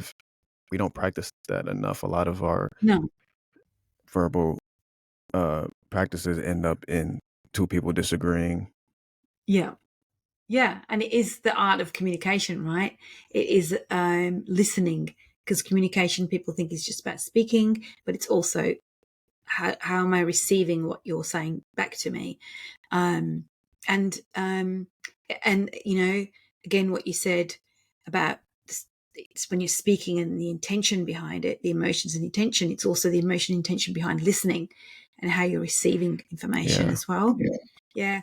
You know what I've learned in life is that humans are so complex, yeah, but we're driven to infinitely. making it more complex unnecessarily, because the answers are always simple ones. There is no, like, I work with children a lot too. And Mhm. I do some problem solving stuff. I used to do some coachy problem solving stuff with children from the age, I think the youngest was 5 years Mhm. old, right? So Yeah, I think it was 5 to 10, 5 to 9. So that beautiful age, right? And it was about a problem. So, and I was observing this conversation between these two girls, little girls. It was gorgeous. And so they were doing this exercise, and it was about a problem that they had in their life and trying to find a solution. And it was a problem that they were struggling with. So they were using these tools, and it was sticks and stones. It's called sticks and stones, and it was about depicting and drawing with using the sticks and the stones the problem and the solution. mhm. So the one side, the girl who the problem was talking about the problem, and then she was putting the place in the stones and placing the sticks. And then the other girl was observing. She was 6 years old. Wow. 6 years old. So the girl's problem, never forgotten this because it was so profound, simple, profound, and Yeah, we know it, we don't do it. And her problem was she didn't feel like she belonged to any friend group. These are a 7-year-old's problems, right? She didn't Right. belong to any friends group, and she was feeling alone and abandoned, and she didn't feel like she always felt lonely, and that was her problem. So she talked about it, and so the 6-year-old sitting opposite her, she moved the stones around. So the idea was the purpose of the process is that you're talking it through, but you're also moving. So she's moving the stones, and she says, well, all you need to do is, she literally like a game of chess, but tut, tut, tut, you just need to be your own best friend, because then you're never Yeah. going to need friends. And in order for you to that was, and she just said that you just need to be your own best friend. And it's Wow. 100% true, right? I'm telling Wow. grown ass women now, you need to be your own best Yeah. friend, right? This was a Wow. 6 and 7-year-old girl Yeah. conversation. And then she sat there, and I observed this happening. She sat there and she went, hey, that's true. She said, and then she Yeah. continued and she said, yeah, because you've got to be your own best friend before anybody else can be a best friend to you, because then you're going to know what it's like to be a best friend. Wow. Put them in the classrooms as Wow. teachers, right? Yeah. And on the The youth. stage. Yeah, that's profound. The youth, they're tapped in ways that we don't give them a lot of credit for. No, no, no. Wow. And it was beautiful. And I was like, oh man, I wish I'd recorded this, because that wound will continue with her until she's older, and she will carry that wound of feeling abandoned. And her background story is her father passed away when she was tiny, like Mm. 2 or 3, like very young. And her mum was pregnant with her father, with her brother, sorry, pregnant with her father, pregnant with her brother when her father died. Wow. So the abandonment from the father, then this new baby arriving, the change of their whole life, this illness that overtook and, changed the whole family environment, and then no sense of belonging. That wound she will be carrying, the abandoned child, into adulthood, Yeah. you know? That is so profound. Yeah, because we carry these wounds from as a child, and we Yeah. are forever trying to seek to fix them or heal them, but sometimes in a destructive way, right? Um, Yeah. and that kind of like an abandoned child wound can I've seen that manifest in people where they've sought out the wrong type of families, as in family Right. systems, wrong type of friendship systems to belong, and the shapeshifter emerges, right? Yeah. And seeking the wrong type of relationship in order to belong somewhere and to have that sense of belonging. Yeah, Yeah, we're that's crazy. huge. We're a whole other Yeah, we level of are. crazy species. We're a very confused and interesting species. Complex. We're so complex, you know. So I think the if people can take away anything, it is know thyself. That know thyself, and that is where the greatest peace is that you will ever, want, is to know thyself at such a deep level. Yes. That that is a beautiful message. And that is basically the epitome of what we've been talking about. It's just look within and don't be afraid of what you find. Yeah, Embrace it. yeah. Don't Have think the you have to courage. change it. Yeah, Don't think you have to change it. yeah. And if you don't like it, change it. Yeah, you can. You have that freedom. Yeah. Yeah, and you also have the skills too. And if you don't have the skill, because our innate inner wisdom and knowing will always lead you to the right part. It will lead you to the right people, the right places, the right opportunities, everything. your soul whispers, your intuition will never fail you. They're always going to lift you to its highest standing for you to live a full life, to be on purpose, to be you. Just be you. I always say, if we could all just be ourselves, there would be so much shining and shine and brightness in the world. The world would be just full of people who are just being themselves, because that is a beacon of light in itself. Because you are your most happiest when you're yourself, right? You're Yes. most comfortable, Yes. you're most relaxed, and you just shine because you're just so chill, And I just always imagine the world, the planet being filled with these little lights everywhere, and that it's just like a glow. The Yeah. global glow. We need to start a movement, Noah. Yeah. The I'm global down. glow. I think it sounds I mean, amazing. Yeah, that would be miraculous. I think that's what we all in the back of our mind strive for, is to vibrate at our highest and to do it unapologetically. yeah, I think it is possible. I believe it's possible, and I want to, serve as an example and just be. I try every day to just be what I want to see out of the world, because I know that I'm only one person. I can't control anybody else but me. I can't change. I can't choose who's gonna be the president in 50 years. I can't choose these things. But if everybody as an individual can make an effort to strive for vibrating at their highest and being themselves on purpose, like you said, I think that'll be many steps in the right direction. 100%. Hallelujah.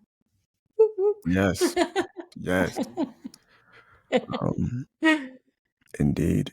Um, Sunita, you have been one of my most uh, comprehensive and informative guests. I really appreciate you and your time. I hope this is the first of many conversations we will have. And I want to thank you again for being my guest. It's been a great chat. Thank you, Noah. I feel, it was so awesome. This conversation has been so awesome, like navigating through everything, but always ending up the same spot, right? We Yes. always ended up, and that's just Yes. so important, because I think there can be ramblings, right? But I think Mhm. all of the things we talked about all went back to yourself and how important it is just to be you, the only thing that you're meant to be. And yeah, I do also hope that we're going to have more conversations now we're connected, Noah. Yes. I'm hoping. Energy speaks volumes, right? Yes. And so I love that where you are um, in the world right now, it's the opposite energy to where I am. And I Yes. feel like we've kind of balanced it out, and I love that you are the first one through the messages that I had about podcast guest. And so I'm really glad it was you. I think Thank you. that's really, yeah, because that's what I want to be able to speak. It's just to speak and speak to somebody who can receive as well. I Yes. think there can be a lot of interviews that are very contrived. That is so Yeah. not me. And it's clearly not you. So I think the Yeah. energy matched and the vibe happened. And yeah, I'm looking forward to our next conversation. Likewise. I've learned so much. Um, and I hope everyone that listens to this takes away the many messages we went over and has the courage to look within and be themselves unapologetically. Um, Thank you again for being my guest. Where can people reach out to you and follow you and keep up with your journey through this wonderful planet we have? Sure. Well, energy speaks volumes, right? Follow the Yeah, energy. So my website is www.sunita.com.au. My Instagram is probably where I post the most. Is Sunita Medium. So just one word, Sunita Medium, and you can find me on nice. Instagram too. Yeah. Yeah, hopefully I can get a reading one day. I would look forward to that. Well, you know what, Noah? I'm set up everything so that my podcast will also be launching hopefully at some Nice. point in this year. I'm just restructuring my business, automating things, blah blah blah. Yep. And so maybe that's where you come onto mine and That we'll would be do wonderful. something. How magical would that be? Yeah, there you go. Done. Cool beans. Nice. I'm talking about genuine peace, the kind of peace that makes life on earth worth living. Bottom line, there were no weapons of mass destruction. Totally unjustified and brutal invasion of Iraq. Coming up incredible. A new world order. A new world order can emerge. A new era. No, don't clap, man, 'cause I got more And Hillary, our demons. Feeling peace in our time. Most of us still want to run for both. Peace in all time.